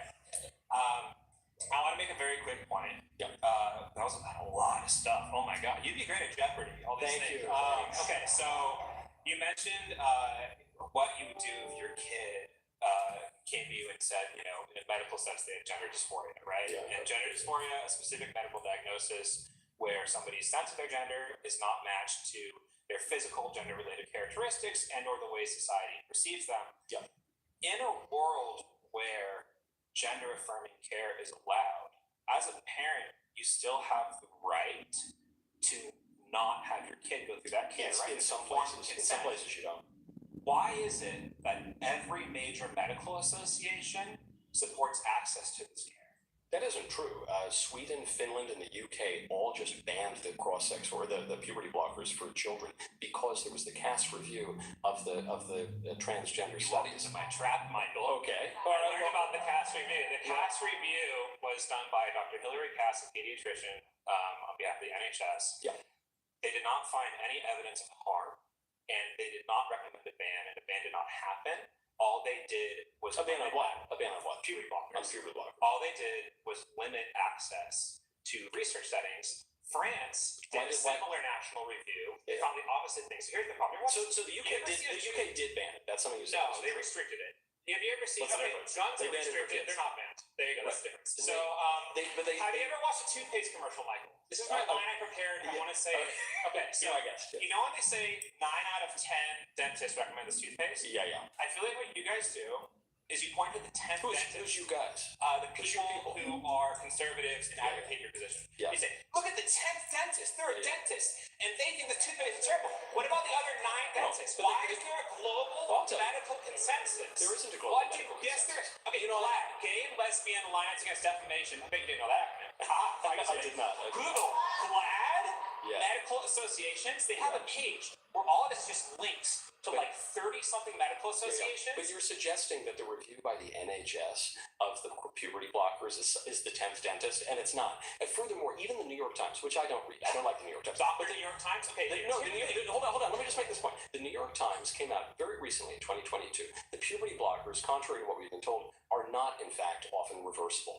That is one of the reasons why you're seeing major restrictions, if you like to call it that, moving toward full bans in multiple countries is because it causes all sorts of problems for kids long term. Have you ever met a kid with asthma? Yes. So a kid with asthma might be prescribed. I'm sorry, I'm blanking here. This is hard. Yes, thank you. It's a steroid, right? Yeah. Steroids can have side effects. Doctors monitor for side effects. Yes. So puberty blockers can have side effects. Doctors monitor for side But the effects. problem is that asthma responds to a real medical condition where you have trouble breathing. Gender dysphoria is in the DSM. It's Okay, all right. You're out. Thank you. A pleasure. Round two. Yes, there we are. Yes, thank you. I'm happy to continue this if you want. Happily. Yeah. All right, I added 5 more minutes. Oh, wow, you guys, thank you. Wow. Hello, Hi. I'm Lex. Lex. Nice to meet you. I'm Michael. I want to talk about the term eradication. Okay. Eradicating trans identities, sure. Trans people is really what you're referring to. It's not what I'm referring to. Sure. So I want to chat about where we've also seen that before. Can you guess? Where? I'm gonna guess you're gonna say something about Hitler. Do you want to know the first book burning that the Nazi Party did? Please, yes. It was the Library of Queer and Trans History. It's outrageous. I heard Martin Luther burn Thomas Aquinas' books, which bothers me even more. It's so funny you want to bring up Martin Luther right now, but that's a whole other conversation. My point Plato advocated is, book burning. fascism as a whole really loves to hone in on small portions of society. And right now, I'm sorry, I'm going to outright call you a fascist. Oh no. And say that what you're heaven saying forfend. is hate speech. Yeah. What you're calling for is an eradication of an entire community of human beings that deserve Just because you say that doesn't that make it deserve true. to have rights, that deserve They do deserve kindness to have and rights. respect. Oh yeah, I agree. And I totally you, agree. as a I think you're very disrespectful to them by lying to them. I think lying is very disrespectful. Oh. Yeah. Guys, do you feel like I'm lying to you? Okay. Just want to make sure. But you are.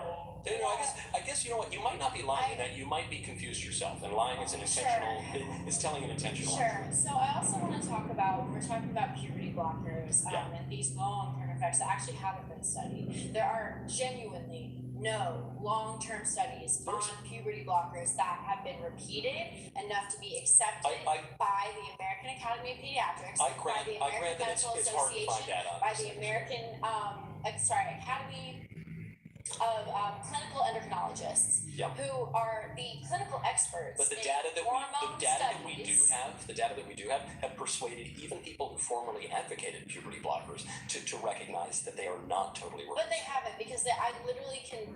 I'm sorry, we can fact check this at home, but I counted before I came in here 13 different governing bodies and medical professionals who all support unanimously access to puberty blockers and gender affirming care. Right, but I just named you 3 whole nations that don't support it anymore. Oh. Who previously did, like Sweden was the most probably pro-trans country in the world. There are how many countries that believe in transgenderism? Not that many. Not that many that believe in transgenderism. Access to puberty blockers. That's okay.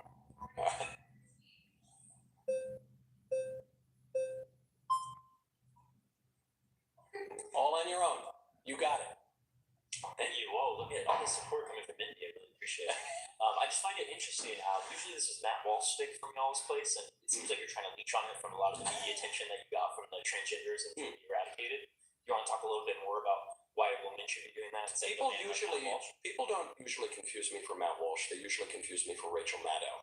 Oh, right. She didn't come Well, here. you present very feminine, which is why I feel like it's weird that you keep calling yourself like he or this term Michael. Well, I'm getting to see a birth certificate. I'm glad that she recognized that there are stereotypical behaviors of men and women, and that they maybe ought to behave in those ways. That's what a social role is. It's performative characteristics. So that's like I don't.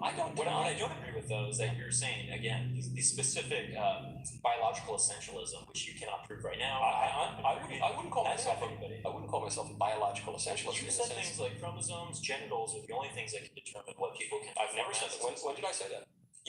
What do you mean? We can rewind the prompts. You guys can go back and please do. Good luck doing that.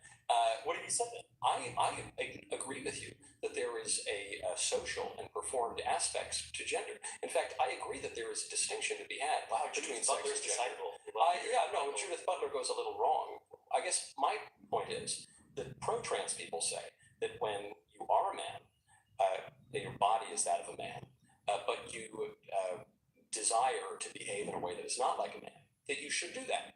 And then actually you should change your body often to be more like the opposite sex. And I guess my argument is... Well, that's not something that's advocated for people who all experience gender dysphoria. There are certain instances where the medical community will say that this doesn't affect people's quality of life. You don't think that puberty blockers and cross-sex hormones and surgeries are advocated for? I'm glad you know my name. I never said that. You did just say that. I am being respectful this time. Well, that's good. Because I want to just respect it and show that it's not something that has to be proven on a piece of paper the way that we engage as a dialogue. So I'm just choosing to use the respectful terms that you said. Even though you still haven't proved that your name's Michael, by the way, which is a little bit weird. But we'll continue to go back to not all medical professionals will advocate for gender-affirming care for every person that's trans. Oftentimes it's a social transition where people are just changing their name or the way that they're dressed. So let's just have some appropriate respect. That's a bad idea. Let's just treat people like society. That's a bad idea. Let's just treat people because that's correlated with all sorts of terrible outcomes, and it's contrary to reality. Is it? So to your point, wearing certain clothes is contrary to reality. Yeah, behaving like a woman if you're a man. Are you crying because you see a man? Kilts are very masculine. I'm willing to. Gender roles can change. They're malleable. Is that what you're saying? No, I'm saying not something intrinsic that says not exactly. Fashions can change. Okay. But I'm willing to go further than maybe some of my friends and colleagues and conservatives, which is that I don't think that gender is just your biology, because I don't think a human person is just a body. I'm not a materialist. I think that we're body and soul. I think that so that goes back to, again, you arguing from a religious perspective, or a philosophical perspective. Have that lack of religious perspective too, and that's what I'm trying to do. I'm a patriotic man, Michael. Right, but the USA. But I guess should we have the freedom of expression? The First Amendment. We don't have. There's no First Amendment right to obscenity, first of all. But second of all, it's obscene for me to wear a dress. But the view isn't it weird because I have XX chromosomes, Michael? Yeah. Big surprise. You have XX chromosomes. Yeah. Would you call me she her now? I don't. I'll defer to you. I don't remember your name. What is your name? What would you say my name is? I don't know. You can determine. You just said easy. It's No. very easy to determine. Well, I could say if you look more like a man or a woman. But What is your name? You look more like a man. Okay, With well, that I question, appreciate it. you certainly do. Thank you so much. Because I don't. I have XY chromosomes, by the way. But you Yeah, of flustering course. right there is a little bit. It shows that I you're know, like freaking out. I'm trying to figure out what I'm I trying don't to think I'm freaking out. I think that people are intentionally confusing people in public, which is one of the problems of transgender. Confusing. Yeah, for a man to pretend to be a woman, that would be one You can example. say that you're a man. I'm not seeing any masculine qualities, but I'll still Yeah, call you a man for the rest of this video. yeah, that's why I'm glad you do. But because actually, our identity as people doesn't depend upon some kind of performance. I don't need to wear a tank top or look like a big penis. There's just an objective reality. Performative characteristics. That is something that you just said. Rewind again. Like 20 seconds. There is, if you would listen to what I've said, there is obviously a socially enacted aspect to sex. The pro-trans people who are operating off of a religious, or rather irreligious, Gnostic anthropology say that when there is a distinction between the two, one should favor the fantasy over the biological reality. And what I'm saying is when there's a distinction between the two, which does sometimes happen, then if you're a fella, you should just act like a man.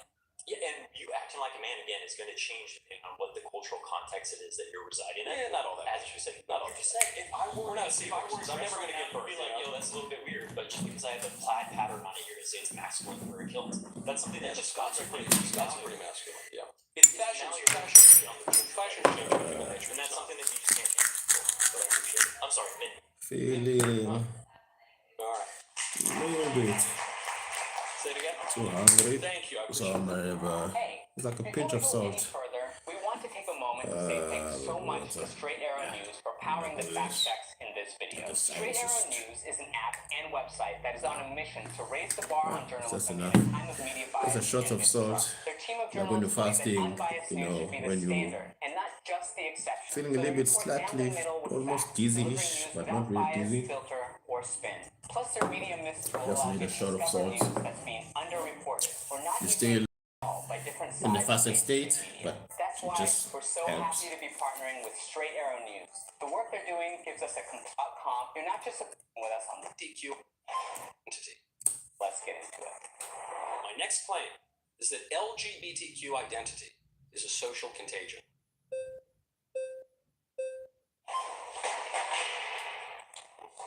We lost a chair. Hi. Hello? I guess I'd like to start off this conversation by pointing out some other people that share your opinion that LGBTQ plus people are a social contagion. I didn't say that. I said LGBTQ identity Oh, is a right. social Yeah, contagion. because that's a huge difference. I think it's a major difference, yeah. Yeah. You know who else also would agree with you? I'm guessing you're going to say Hitler or something. And all of his friends. Yeah. Yeah, you're right. Good job. You know, Hitler also drank water. Do Okay. you drink water? Do you drink water? Be honest. Do you want to know how much water I drink? How Is that much? really the topic of this Well, conversation? no, but it's a comparison between you and Hitler. And that's very scary, Okay, well, we're and not talking pertinent, about apparently. consumption of aqua. We're talking about ideologies. Okay, Right. all right. And there has been a large uptick in people who share the opinion that certain ideologies, certain racial backgrounds are contagions. And there's a lot of danger in that. I am a nurse. My background and my education has provided me with the privilege of being exposed to people of all backgrounds, people of all belief systems. I think that if we're going to talk about social contagions, I think we should start off by the ones that have positive and negative impacts on society, because I could just as much say that hatred and bigotry are social contagions, that toxic masculinity is a social contagion, that Are you saying that I'm a sort of pinnacle of masculinity? no, I Oh, wouldn't well, say that. all right, then I'm not toxic. Perfect. Yeah. Okay. I could also say a myriad of other things. When you say that LGBTQ plus identities are a social contagion, would you then venture to also say that you would like to see people like me and the rest of the people in this room eradicated? No, that would be quite a leap. I'm just, Is it a leap? I think so. I'm observing a pretty basic social phenomenon, which is that in the 90s, about 1 to 3% of Americans identified as LGBTQ. And then in 2012, about 3.5% identified as LGBTQ. Fast forward to 2020, it was about 5.5%. Fast forward to 2024, so really, really close. It was 7.2%. And now there's a number from NBC News. It says that 30% of Gen Z identifies as LGBTQ. So I guess my observation is just either there's something in the water turning the frogs gay, or there's something, yes, which actually, oddly enough, there was a Yale study that kind of proved that, but it's a topic. Luckily, they got rid of the DEI program at the EPA that was turning the frogs gay. That's good. That's good. The EPA also discovered that. We're getting sidetracked. Either there's something in the water turning the frogs gay, or there's something social and cultural going on that would lead to that huge increase in the number of people. There was a study just came out of the University of York yesterday that showed a 50-fold increase in children who think they're the wrong gender over the last 10 years. How do you explain that if it's not a social phenomenon? I would love to speak to that actually, because one of the jobs I've worked as a nurse is as a nurse at a summer camp for trans teens. I've worked with hundreds of trans teens. I think that when we're talking about how people identify, how comfortable they are to identify the way that they identify, and their ability to assert themselves in that identity, the social environment that surrounds them can either hinder that or allow them to embrace themselves. So are you saying, I'm trying to... Can I finish my point, please? I'd like you to, yeah. Thank you. When we're talking about people's ability to assert themselves and their identity, if they are growing up in a society that tells them that they don't exist, that their marriages don't exist, that they're a social contagion, do you think that psychologically that person would feel empowered to they're not a social contagion. The fact of identifying as LGBTQ is a social contagion. You can go back to semantics all you want. Semantics means meaning, so if we want to understand what we mean, we actually do have to delve into semantics. I'm going to go back to my point. Let's try. If someone is surrounded by people like you who are saying that their identity is invalid, that their existence is invalid, that their marriages are not valid, existence is invalid. Who would say that? Do you think that allows them to be in an environment where they feel empowered to do so? They feel empowered to be themselves, to admit to society around them, this is who I am. Yeah, but that isn't who they are. If a little boy says he's a little girl, he isn't really a little girl, he's a little boy. And I think it's actually very harmful to tell a little boy who thinks that he's a little girl that he's really a little girl. And my evidence for this would be that transgender identity, which has skyrocketed, especially among young people, is tied to vastly higher rates of anxiety, depression, and suicide. The transgender suicide rate, as I suspect you know, is between 32 and 50%. You are flipping a coin. If you tell someone to embrace his transgender identity, you're basically flipping a coin with his life. And so I think that's very harmful to that person, and it's not founded on human nature. I would shake your hand, but I don't really want to. You don't want to. All right, that's okay.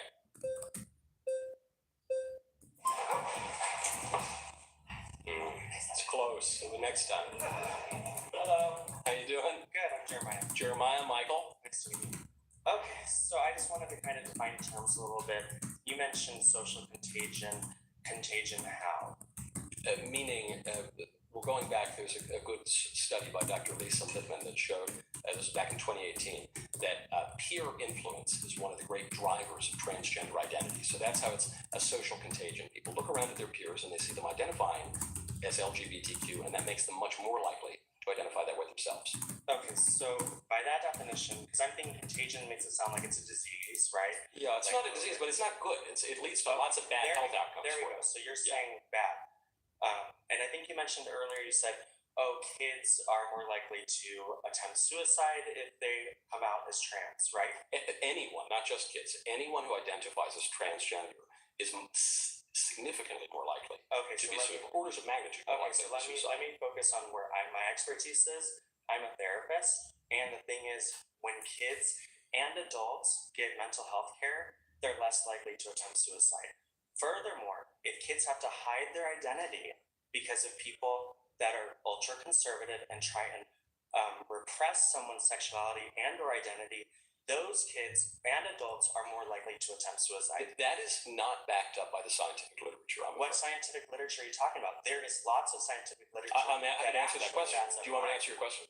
Well, you asked me what scientific literature I'm talking about. I'm happy to answer that question, but maybe you don't want me to. Well, it's not because of that only. It's because you are going to pick stats that support your point of view.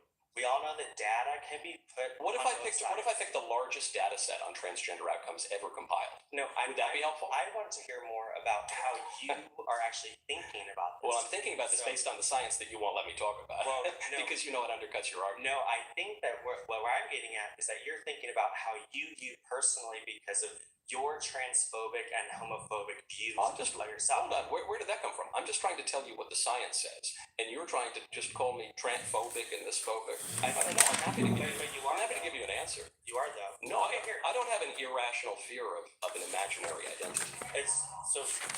Oh, it's okay. I have a rational fear of it becoming a social problem.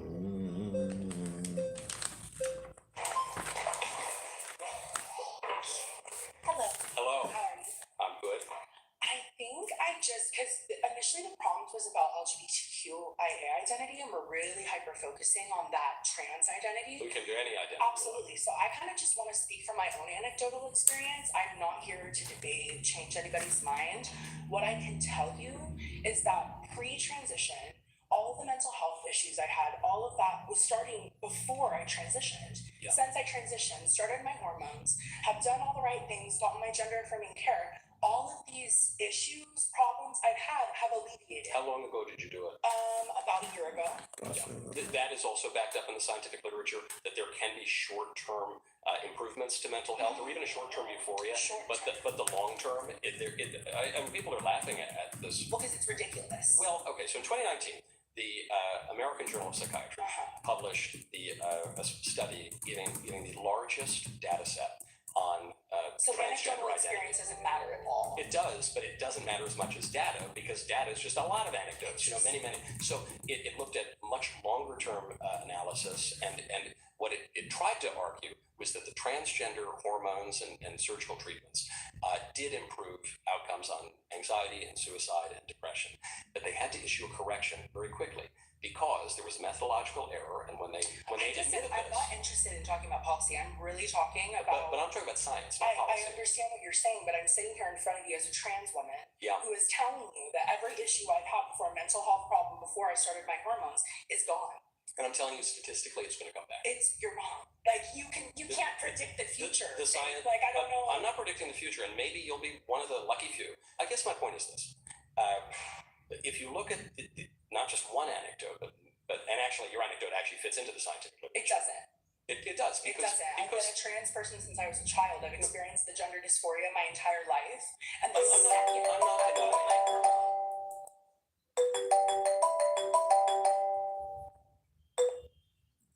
Mhlonishwa, Yeah, uyaphila nto. kuhle Mhlonishwa, ngakwena? Ngiyaphila na. Ngino-Mr. Madonda la on the line. Ngicela ngifake kuye. Mfake mnumzana. Okay, ngimambe la.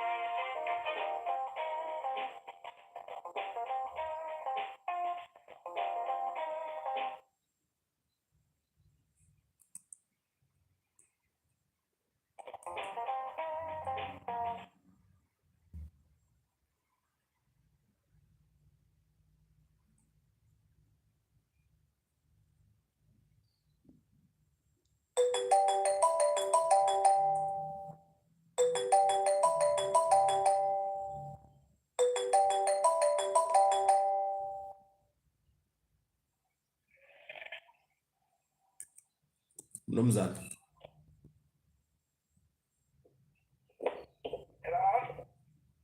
Mhlonishwa.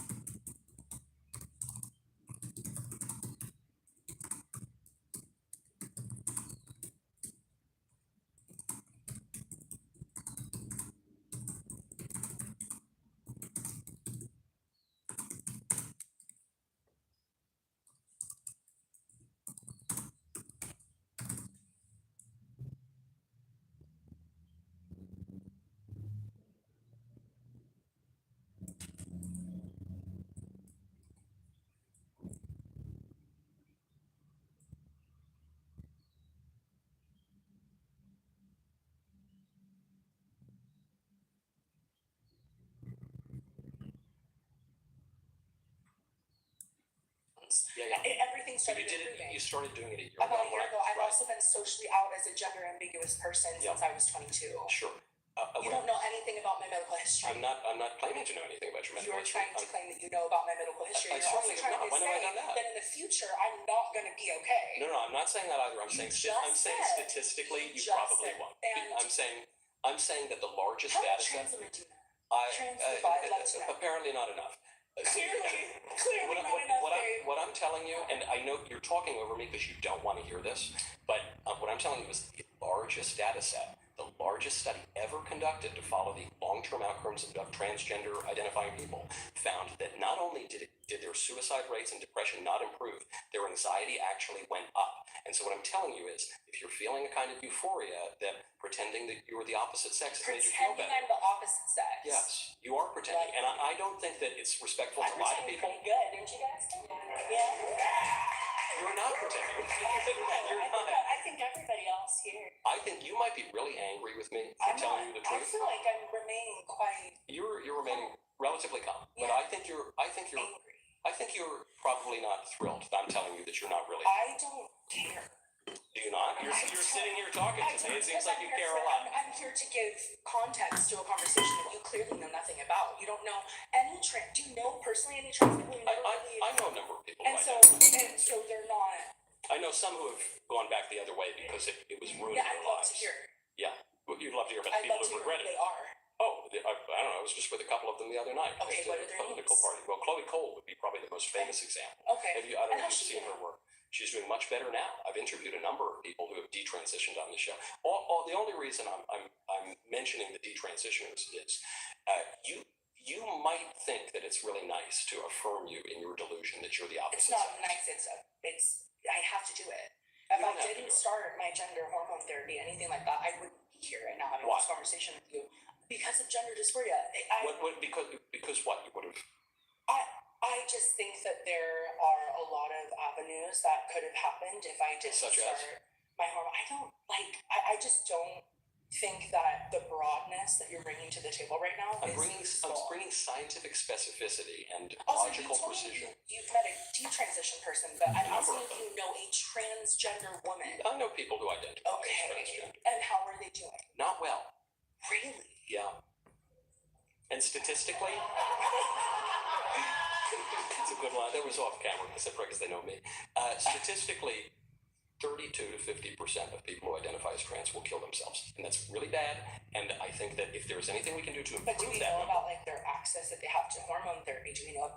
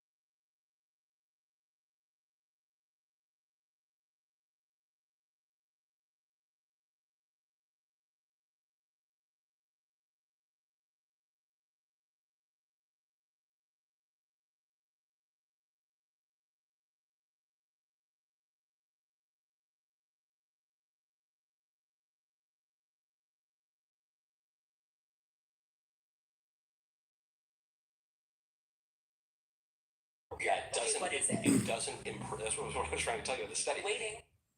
The suicide rates don't improve after they access all of that supposed Where did you care. get that from? I'm very interested. From the American Journal of Psychiatry.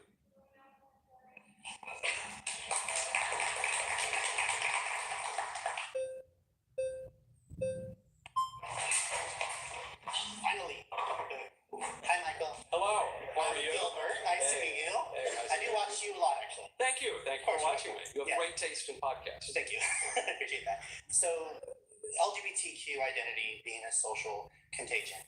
Your statement was not that it can be. You said that it is. Yes. Right? I might be willing to agree with you that it can be, right? Because socially, sometimes people are like, well, I feel more at home in this community, whatever. Is it your belief that it's that every person who is gay or lesbian or bisexual, well, actually, let's go just to the gay because I'm gay. So I'll talk about that. I just outed myself. I think everybody did that. Obvious. But do you believe, this isn't controversial, but that's why we're here. Do you believe that I'm choosing to be gay? Oh, well, so you make a good point. Because obviously it couldn't be a social contagion all the way down, because at some point, there's got to be the first gay guy. Right. I don't know the story of the first gay guy, but no, I think it's entirely possible that there could be either some environmental factor that inclines one to have same-sex attraction, or even potentially a genetic factor, though they've never discovered the so-called gay gene. But that is different from LGBTQ identity, and it can be in a few different ways. One could either, if one has these same-sex attractions, could still marry a woman, or could be celibate, or could just not, Or do you think that's ethical for a gay man to marry a woman, to take that spot in her life that could be going to a straight man? That's not loving. Well, as a Christian, I'm a Christian. You should maybe be honest. I wouldn't lie to your wife or anything. But I'm gay. We're never going to be into this. I'm never going to be into this. I'm going to hold my breath and all that. But let's do that so that I can get. You're okay with that? Maybe you should not get married. I'm not encouraging. No, I don't think it's a loving thing to do, Michael. Yeah, no, I'm not saying that anyone has to do that. But that's one thing that one could do. Or one could just do or. You think it's an option? I mean, it happens. Yeah, plenty of guys. I know, of course, especially in the church. A lot of closeted gay men are married women. I think we know that. Right. Do you think that that's the correct thing to do, though? Is that ethical to do to that woman, to take that away from her? Well, I don't know. I mean, if you're going to fulfill the responsibilities of a husband and you're What are the honest with them, responsibilities? I don't know, provide, keep a roof over their heads, have children, So be her raise father. the children. Okay, the children part. No, not be her father. Okay. Well, you said, you're the provision. Okay, I get it. But you said have a children. How can I have a child with her? You want me to spell it out? I don't know. As a gay man, how can I have a child with her? Well, listen, so I've got. I lived in New York, I lived in LA, I went to the gayest university in the world. I know a disproportionate number of guys who are a little light in the loafers. Some of them probably could marry a woman, maybe some of them could not, so they don't have to. So it's external for you then. As long as it appears to be a certain way, it doesn't matter what's going on the inside. Is that what you're telling me? No, you're asking me how can a man and a woman make a baby, even if the guy's not that into it? Yeah, I said, I don't know, your mileage may vary. A marriage. That's what I'm trying to get to the heart of the issue, quite literally. The heart of a gay person to be ethical and to live their life ethically. I don't think your sexual attractions constitute the entirety of your being. I agree with that. Yeah. But in this then I don't think context, that's the heart of a gay person. But I think it's it an is part aspect of my identity. It's an aspect of it. Your prompt is about identity. Yeah, right? well, I guess I would go even further. I know guys who are, they didn't marry women and they, hang out just themselves and everything. Okay. And but they wouldn't call themselves LGBT activists. They don't wave the rainbow flag. Right. They think that movement really doesn't speak for them. I agree. I understand. And so I think that would be a distinction. Yes. In that kind of social contagion. Okay, so we have some middle ground then. So somebody can be gay, but not make it this activism part. Yeah, that the identity is actually different from, as a point that you've explained very well, that others were missing, I think. It can be an aspect of your desire or whatever. It doesn't have to be your identity, which that has clearly become a social contagion. The totality of your identity. But it is part of your identity, Michael. My being gay will never change. So it is part of who I am. Yeah, maybe. I mean, you don't need to shack up with a man. You can. I'm not saying you can't. So you think that I should be celibate? Well, I'm Catholic, so I would recommend chastity and all the rest. But that's up for you to decide. I'm not saying you have to do that. For all of human history, fellas have done odd things together. Okay. It's such a pleasure. It's all my God.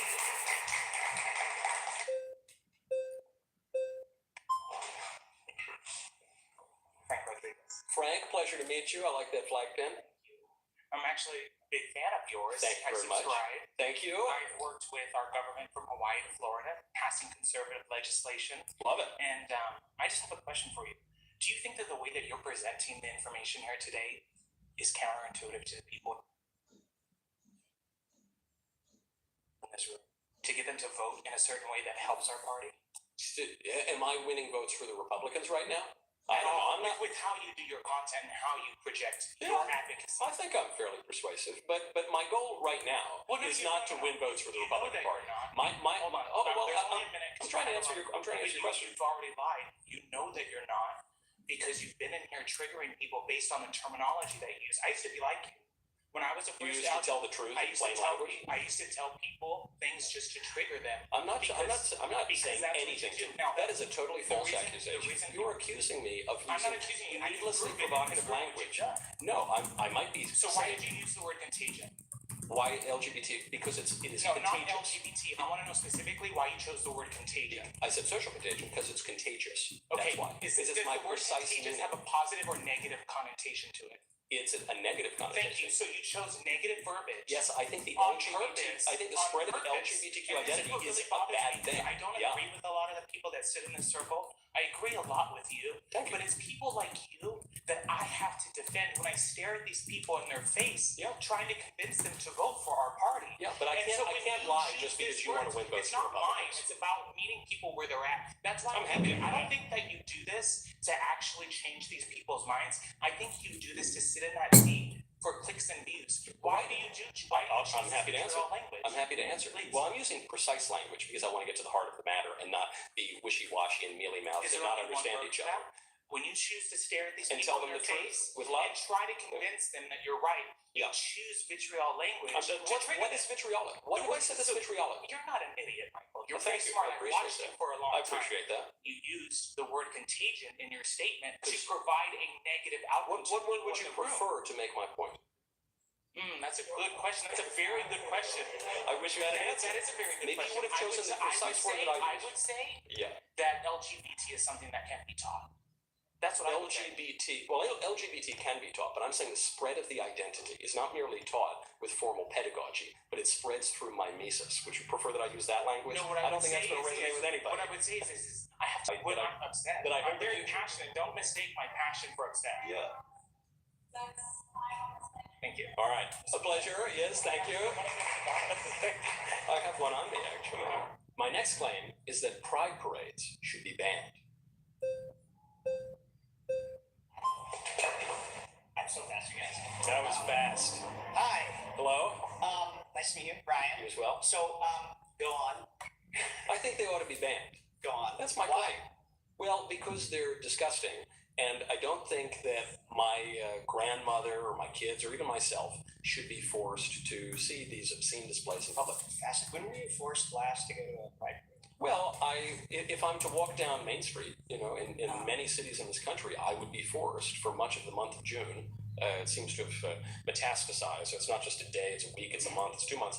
I would be forced to see these kinds of displays, unless I wanted to remain a shut-in and see the public So, square, are there any which I don't other want to things do. that happen in public that you find objectionable that you don't want to have to be exposed to? Yeah. Like what? Women driving too slowly in front of me, that bothers me. But I'm not going to take away women's driver's licenses. But I would say, like the 2024 Pride Parade in San Francisco, when two grown men were urinating on each other in a kiddie pool in front of kids, I think that should be banned. I don't think that's unreasonable. Well, look, I want to make a distinction here between, that's something you have to They do say it's wholesome. Yeah, that's They not. do say it's wholesome. Yeah, no. There are a lot of. I gotta give you this though. You Yeah. are so good at redirecting 3% in the middle of someone else's good point, and I would love to Am do I? this. I'm, Yes. I'm waiting for some good points, but please enlighten me. I got you. So, the concept of pride is a lot larger than extreme things you might see on the outlier of the scale of things that happen on Pride. Now, I will grant you that there have been things that happen at Pride, like many other kinds of festivals, that maybe you don't want your kids exposed to, which is why you don't take your kids to them. But No, but Pride they're is often about- marketed as family friendly, well, like the West Hollywood one. Let me finish. Pride as a whole is about a community of people who have been denied, like you're real good at, existence of for most of time. Denied existence. What is Yes, okay, fine. Public existence. We've been denied the access to being ourselves in public.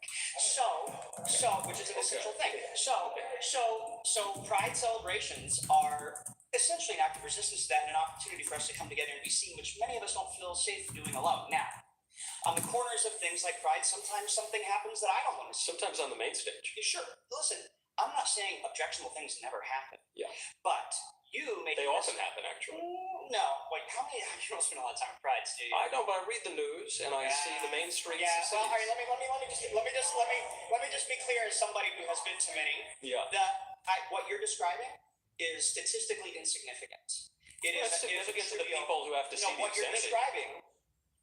The occurrences are Yeah. statistically insignificant. So you're taking this thing that happens like 0.0002% of the time and It applying it to the seems whole like thing. a little bit more. I know you think that, but you're wrong. Yeah. I'm just telling you you're wrong. What's your evidence that I'm wrong? Because I can cite to you all the examples. Sure, and I can cite to you a bajillion examples of inconsequential pride parades. That goes both ways. Of inconsequential. Inconsequential. Didn't it happen? It went. Nothing crazy happened. Maybe. I nobody mean, cared. just within the last 2 years, I mentioned Yeah. the San Francisco thing, which you say, well, that's something else. Okay. It is. Well, New York City, when the naked guys are riding on the bikes, Minneapolis Pride, you had a guy twerking in his underwear in front of kids.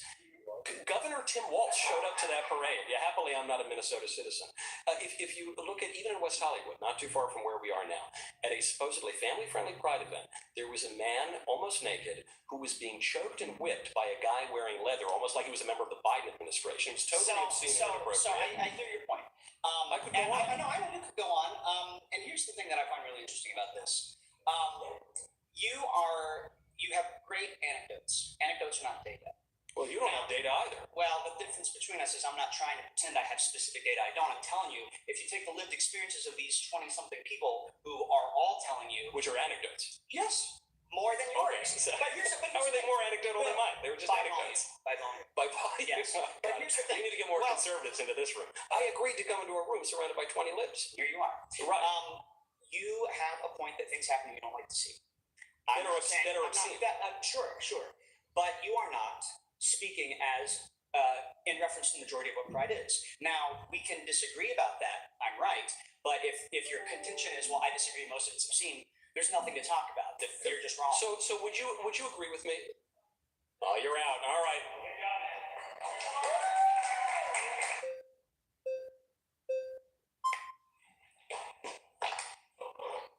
You got it. All right. I feel as though a lot of your claims today have been backed by this energy that you just want to erase LGBTQI plus people and our history. Where do you get that from? From your perspective on a lot of the trans. Because I'll tell you what, all I've been doing, I've just been coming here and citing historical examples and citing a lot of scientific studies and telling you explicitly that I'm talking about an ideology that I think is not conducive to the flourishing of anyone, and for the good of everyone, including you guys, I would like to see a restoration of sensibility. And every time I say something like that, you say, nah, man, I just kind of feel the vibes that you hate us and want to erase us all.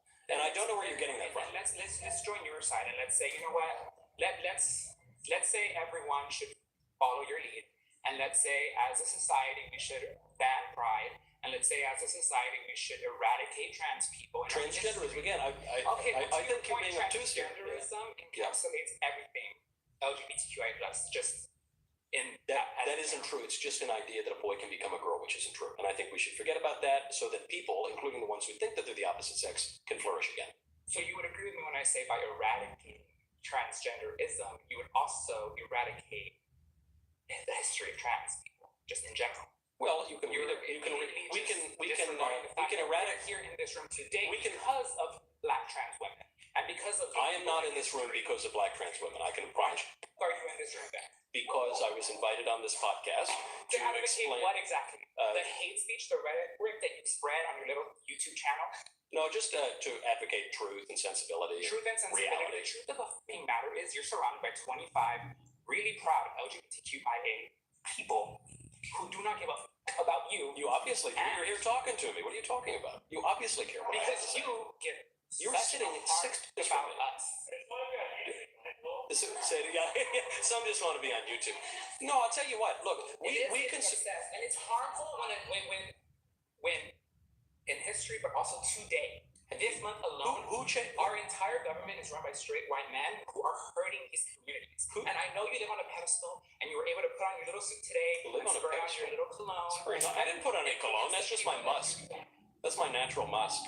Wait, hold on. Correction, you should have. Oh, wow. Real nice. Exactly. Real But nice. now let's imagine a world where you had to put on a dress and you had to put on heels. I'd prefer not to. Yeah, I don't think I would do that. So what do you do about the people in society who have to put on their suit to live and who have to have a wife to live?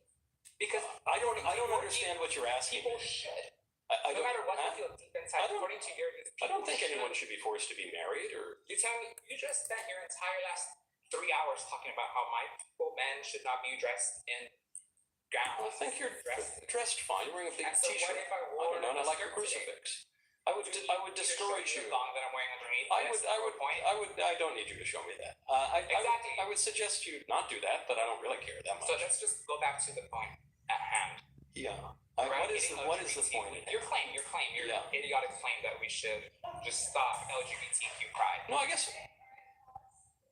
you're out. You're out, pal. See ya.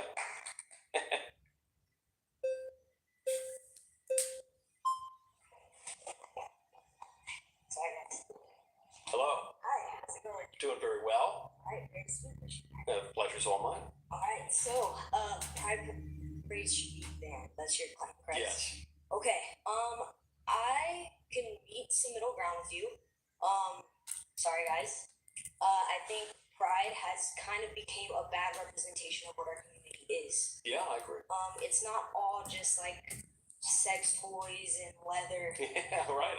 Unfortunately, which is why I think most conservatives kind of are completely on the other side. It's like the pendulum swing. Is that what it? Yeah. Okay, so like one side of the coin is pretty much that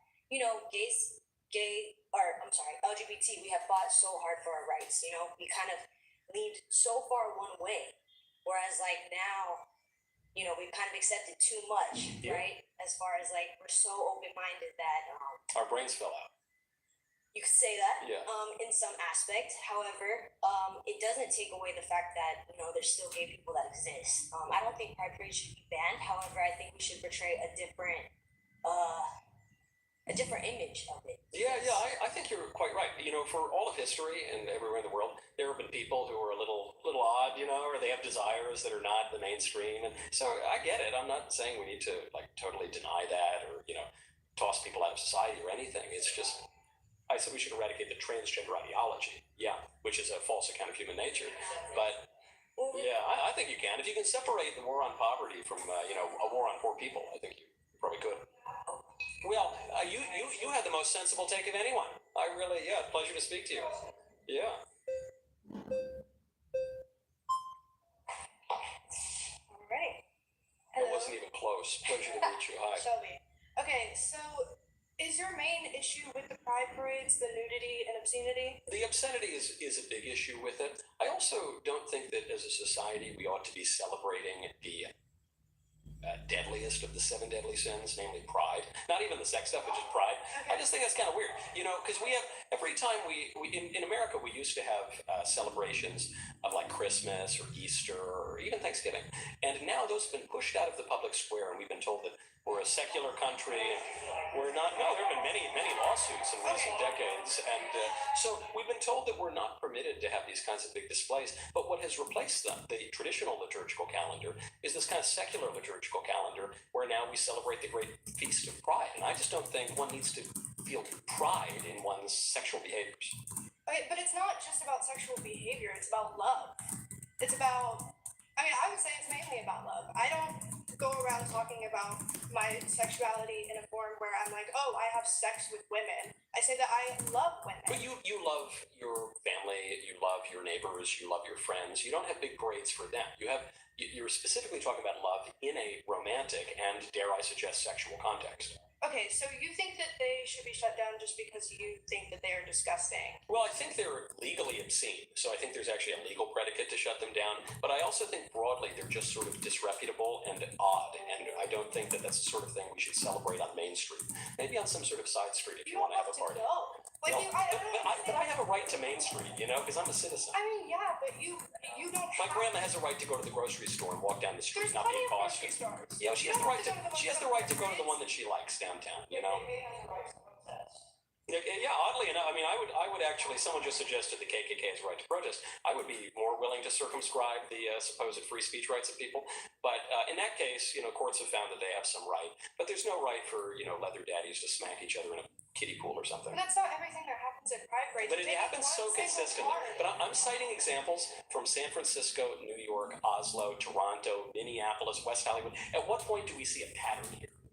There can be a pattern, but it doesn't mean that that's all that happens at these parades. Well, I'm sure people make, ham sandwiches too, but that's not the part that anyone has a problem with. It's the sexual displays.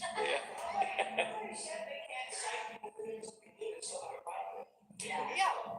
And you've also said that you, and correct me if I'm wrong. People often are incited for lewd acts. Correct me if I'm wrong, but somebody else came up here and you said that you don't think that the obscenity and the pride can be separated. You don't think that that's something that people can do? In principle, they could be separated, but even then it would raise the question, why are we celebrating one particular or several particular kinds of sexual arrangements? Why are we celebrating sexual arrangements at all? Because we're celebrating love. That's the thing. You take Should we have a parade for the love I have for my Aunt Gertrude? your aunt. Yeah, sure. We should. If you would feel. I don't know. I don't think that deserves a parade down Main Street. Okay, that's okay. I think actually, just if you're having a loving relationship or even a relationship you perceive as loving, you can just sort of enjoy that, and it doesn't need to become a big display down Main Street. Okay. Thank you. Pleasure.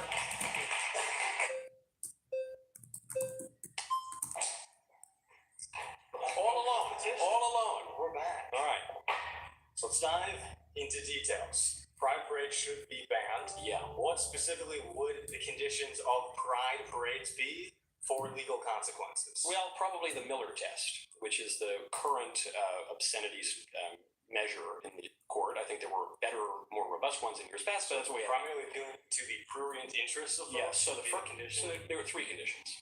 The old one was just prurient interest. So the first is by contemporary community standards, appealing to the prurient interest. I think the displays I just described, because most people are fine with it, right? So I don't think so. In fact, I think the uniform one that you went to would be allowed. No, I think the uniform election of the Republicans in this past election, running on LGBT issues and DEI in particular, actually shows you that most Americans are not so down with this so let's talk about LGBT penalties. stuff. Yeah. Somebody has. Well, hold on. Those aren't the only two criteria. Yeah. The other one would be depicting sex in an offensive manner. I think obviously the pride parades hit that one. And then the third one is that it has to lack serious literary, artistic, scientific, or political merit. Is a great form of art. I put a lot of time. I don't think so. Been watching RuPaul. Who could turn it off? But I think it's on that third one that you have the closest argument to a legal protection for the pride parade. So you could say it's political, but if we already have the Miller test, what new thing would you pass? Oh, I would just enforce the law. You just enforce the law. Yeah. So if a bunch of us get together, we have rainbow flags, we have drag, we have a float. You're approving that permit as a city planner? No, I was saying I would enforce obscenity laws against that. But appealing primarily to the prurient interest, if we have a pride float and no nudity, no leather daddies that you're so into, the Miller test isn't just about appealing to the prurient interest. But it's a necessary condition, right? It's a necessary condition along with... So then if it's necessary, then let's talk about it. Yeah, okay, sure. Well, yeah, I think the pride parades, again, they don't appeal to my prurient interest, but they do appeal, I suspect, to the prurient interest of the people in the room. And they're obviously sexual in nature. That's the sexual in nature? I think so. What is pride? What does pride celebrate? What it celebrates? It's a celebration for many of the marriages that you're saying are in. So I need to put in right. Well, even if clothes for outside. That can be marriage. Marriage has because I need to go to the library to and so you can't have a public marriage and your wife or after mass. We don't. No, public marriages are very good, but so he can have his public marriage. It just doesn't exist. Well, he can't be married because two men can't marry each other, but that's a fault. According to what would be nature and logic. If I have a float, no nude.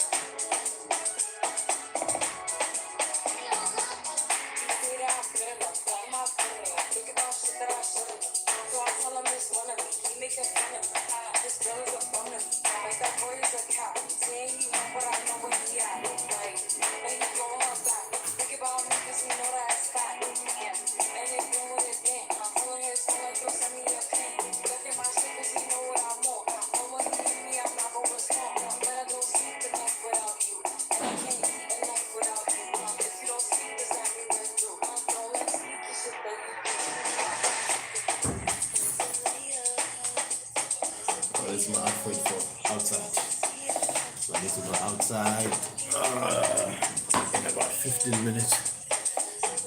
I need to go to the library.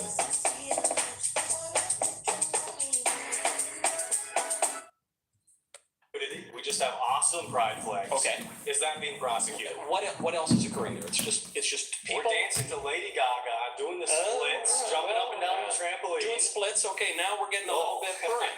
We are seriously. Ripper would be upset. Seriously. I mean, if you're So float with pride flags. Yeah, no, no nudity allowed. people are doing splits and twerking, and I don't know. No twerking, just only splits. Splits are Splits and suggested. trampolines. Is that allowed? And the trampolines Answer are the definitely question, like, appealing are to you the allowing prurient that? interest. I'm not. You're dodging the question. I'm not. If I have my pride I just told floats, you I would not permit that. you would not permit that. I wouldn't permit so the pride what parades. about the Miller test? If we're talking about Because everything you've just described, well, you can appeal to the prurient interest while still being fully clothed.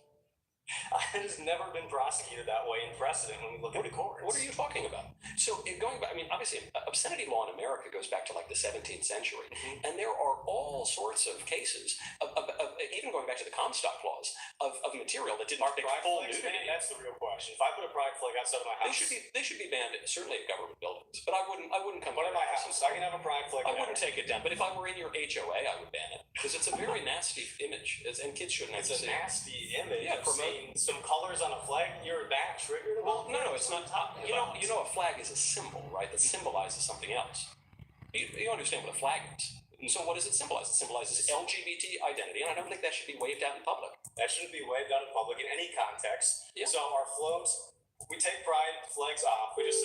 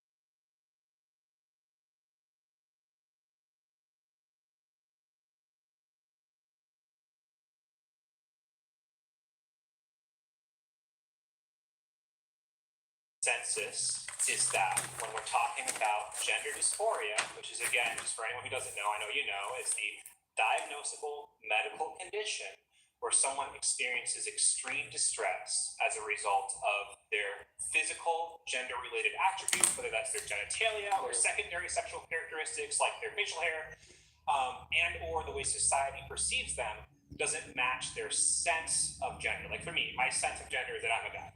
And if you look at studies, you can find... The global consensus. Yeah. Even more specifically, you're talking about the global consensus. Yes, global consensus. Okay, so I guess my question then would be, there was a certainly a national, but more than national consensus on the positive medical good of lobotomies in the middle of the 20th century. There was a medical consensus on the seriousness of phrenology and of eugenics for many, many decades. And those all were proven to be terribly, terribly wrong and very harmful to the people on whom who had to suffer the experiments. So how are you so confident, especially in the face of so much medical literature that contradicts your view, that it's worthwhile to experiment on these kids today? Sure. Can I go on that backwards? Sure. All right. I'm just a guy. He's a debater. I'm a guy. Okay. So I think that arguably it is more experimental to deny the care. I think when we look at the history of medical care, evidence-based medicine as a concept is actually relatively recent. It was starting to be taught in like the 80s. I think that's a modern I think I need to self-flattery. I don't think that's peace true. out for now.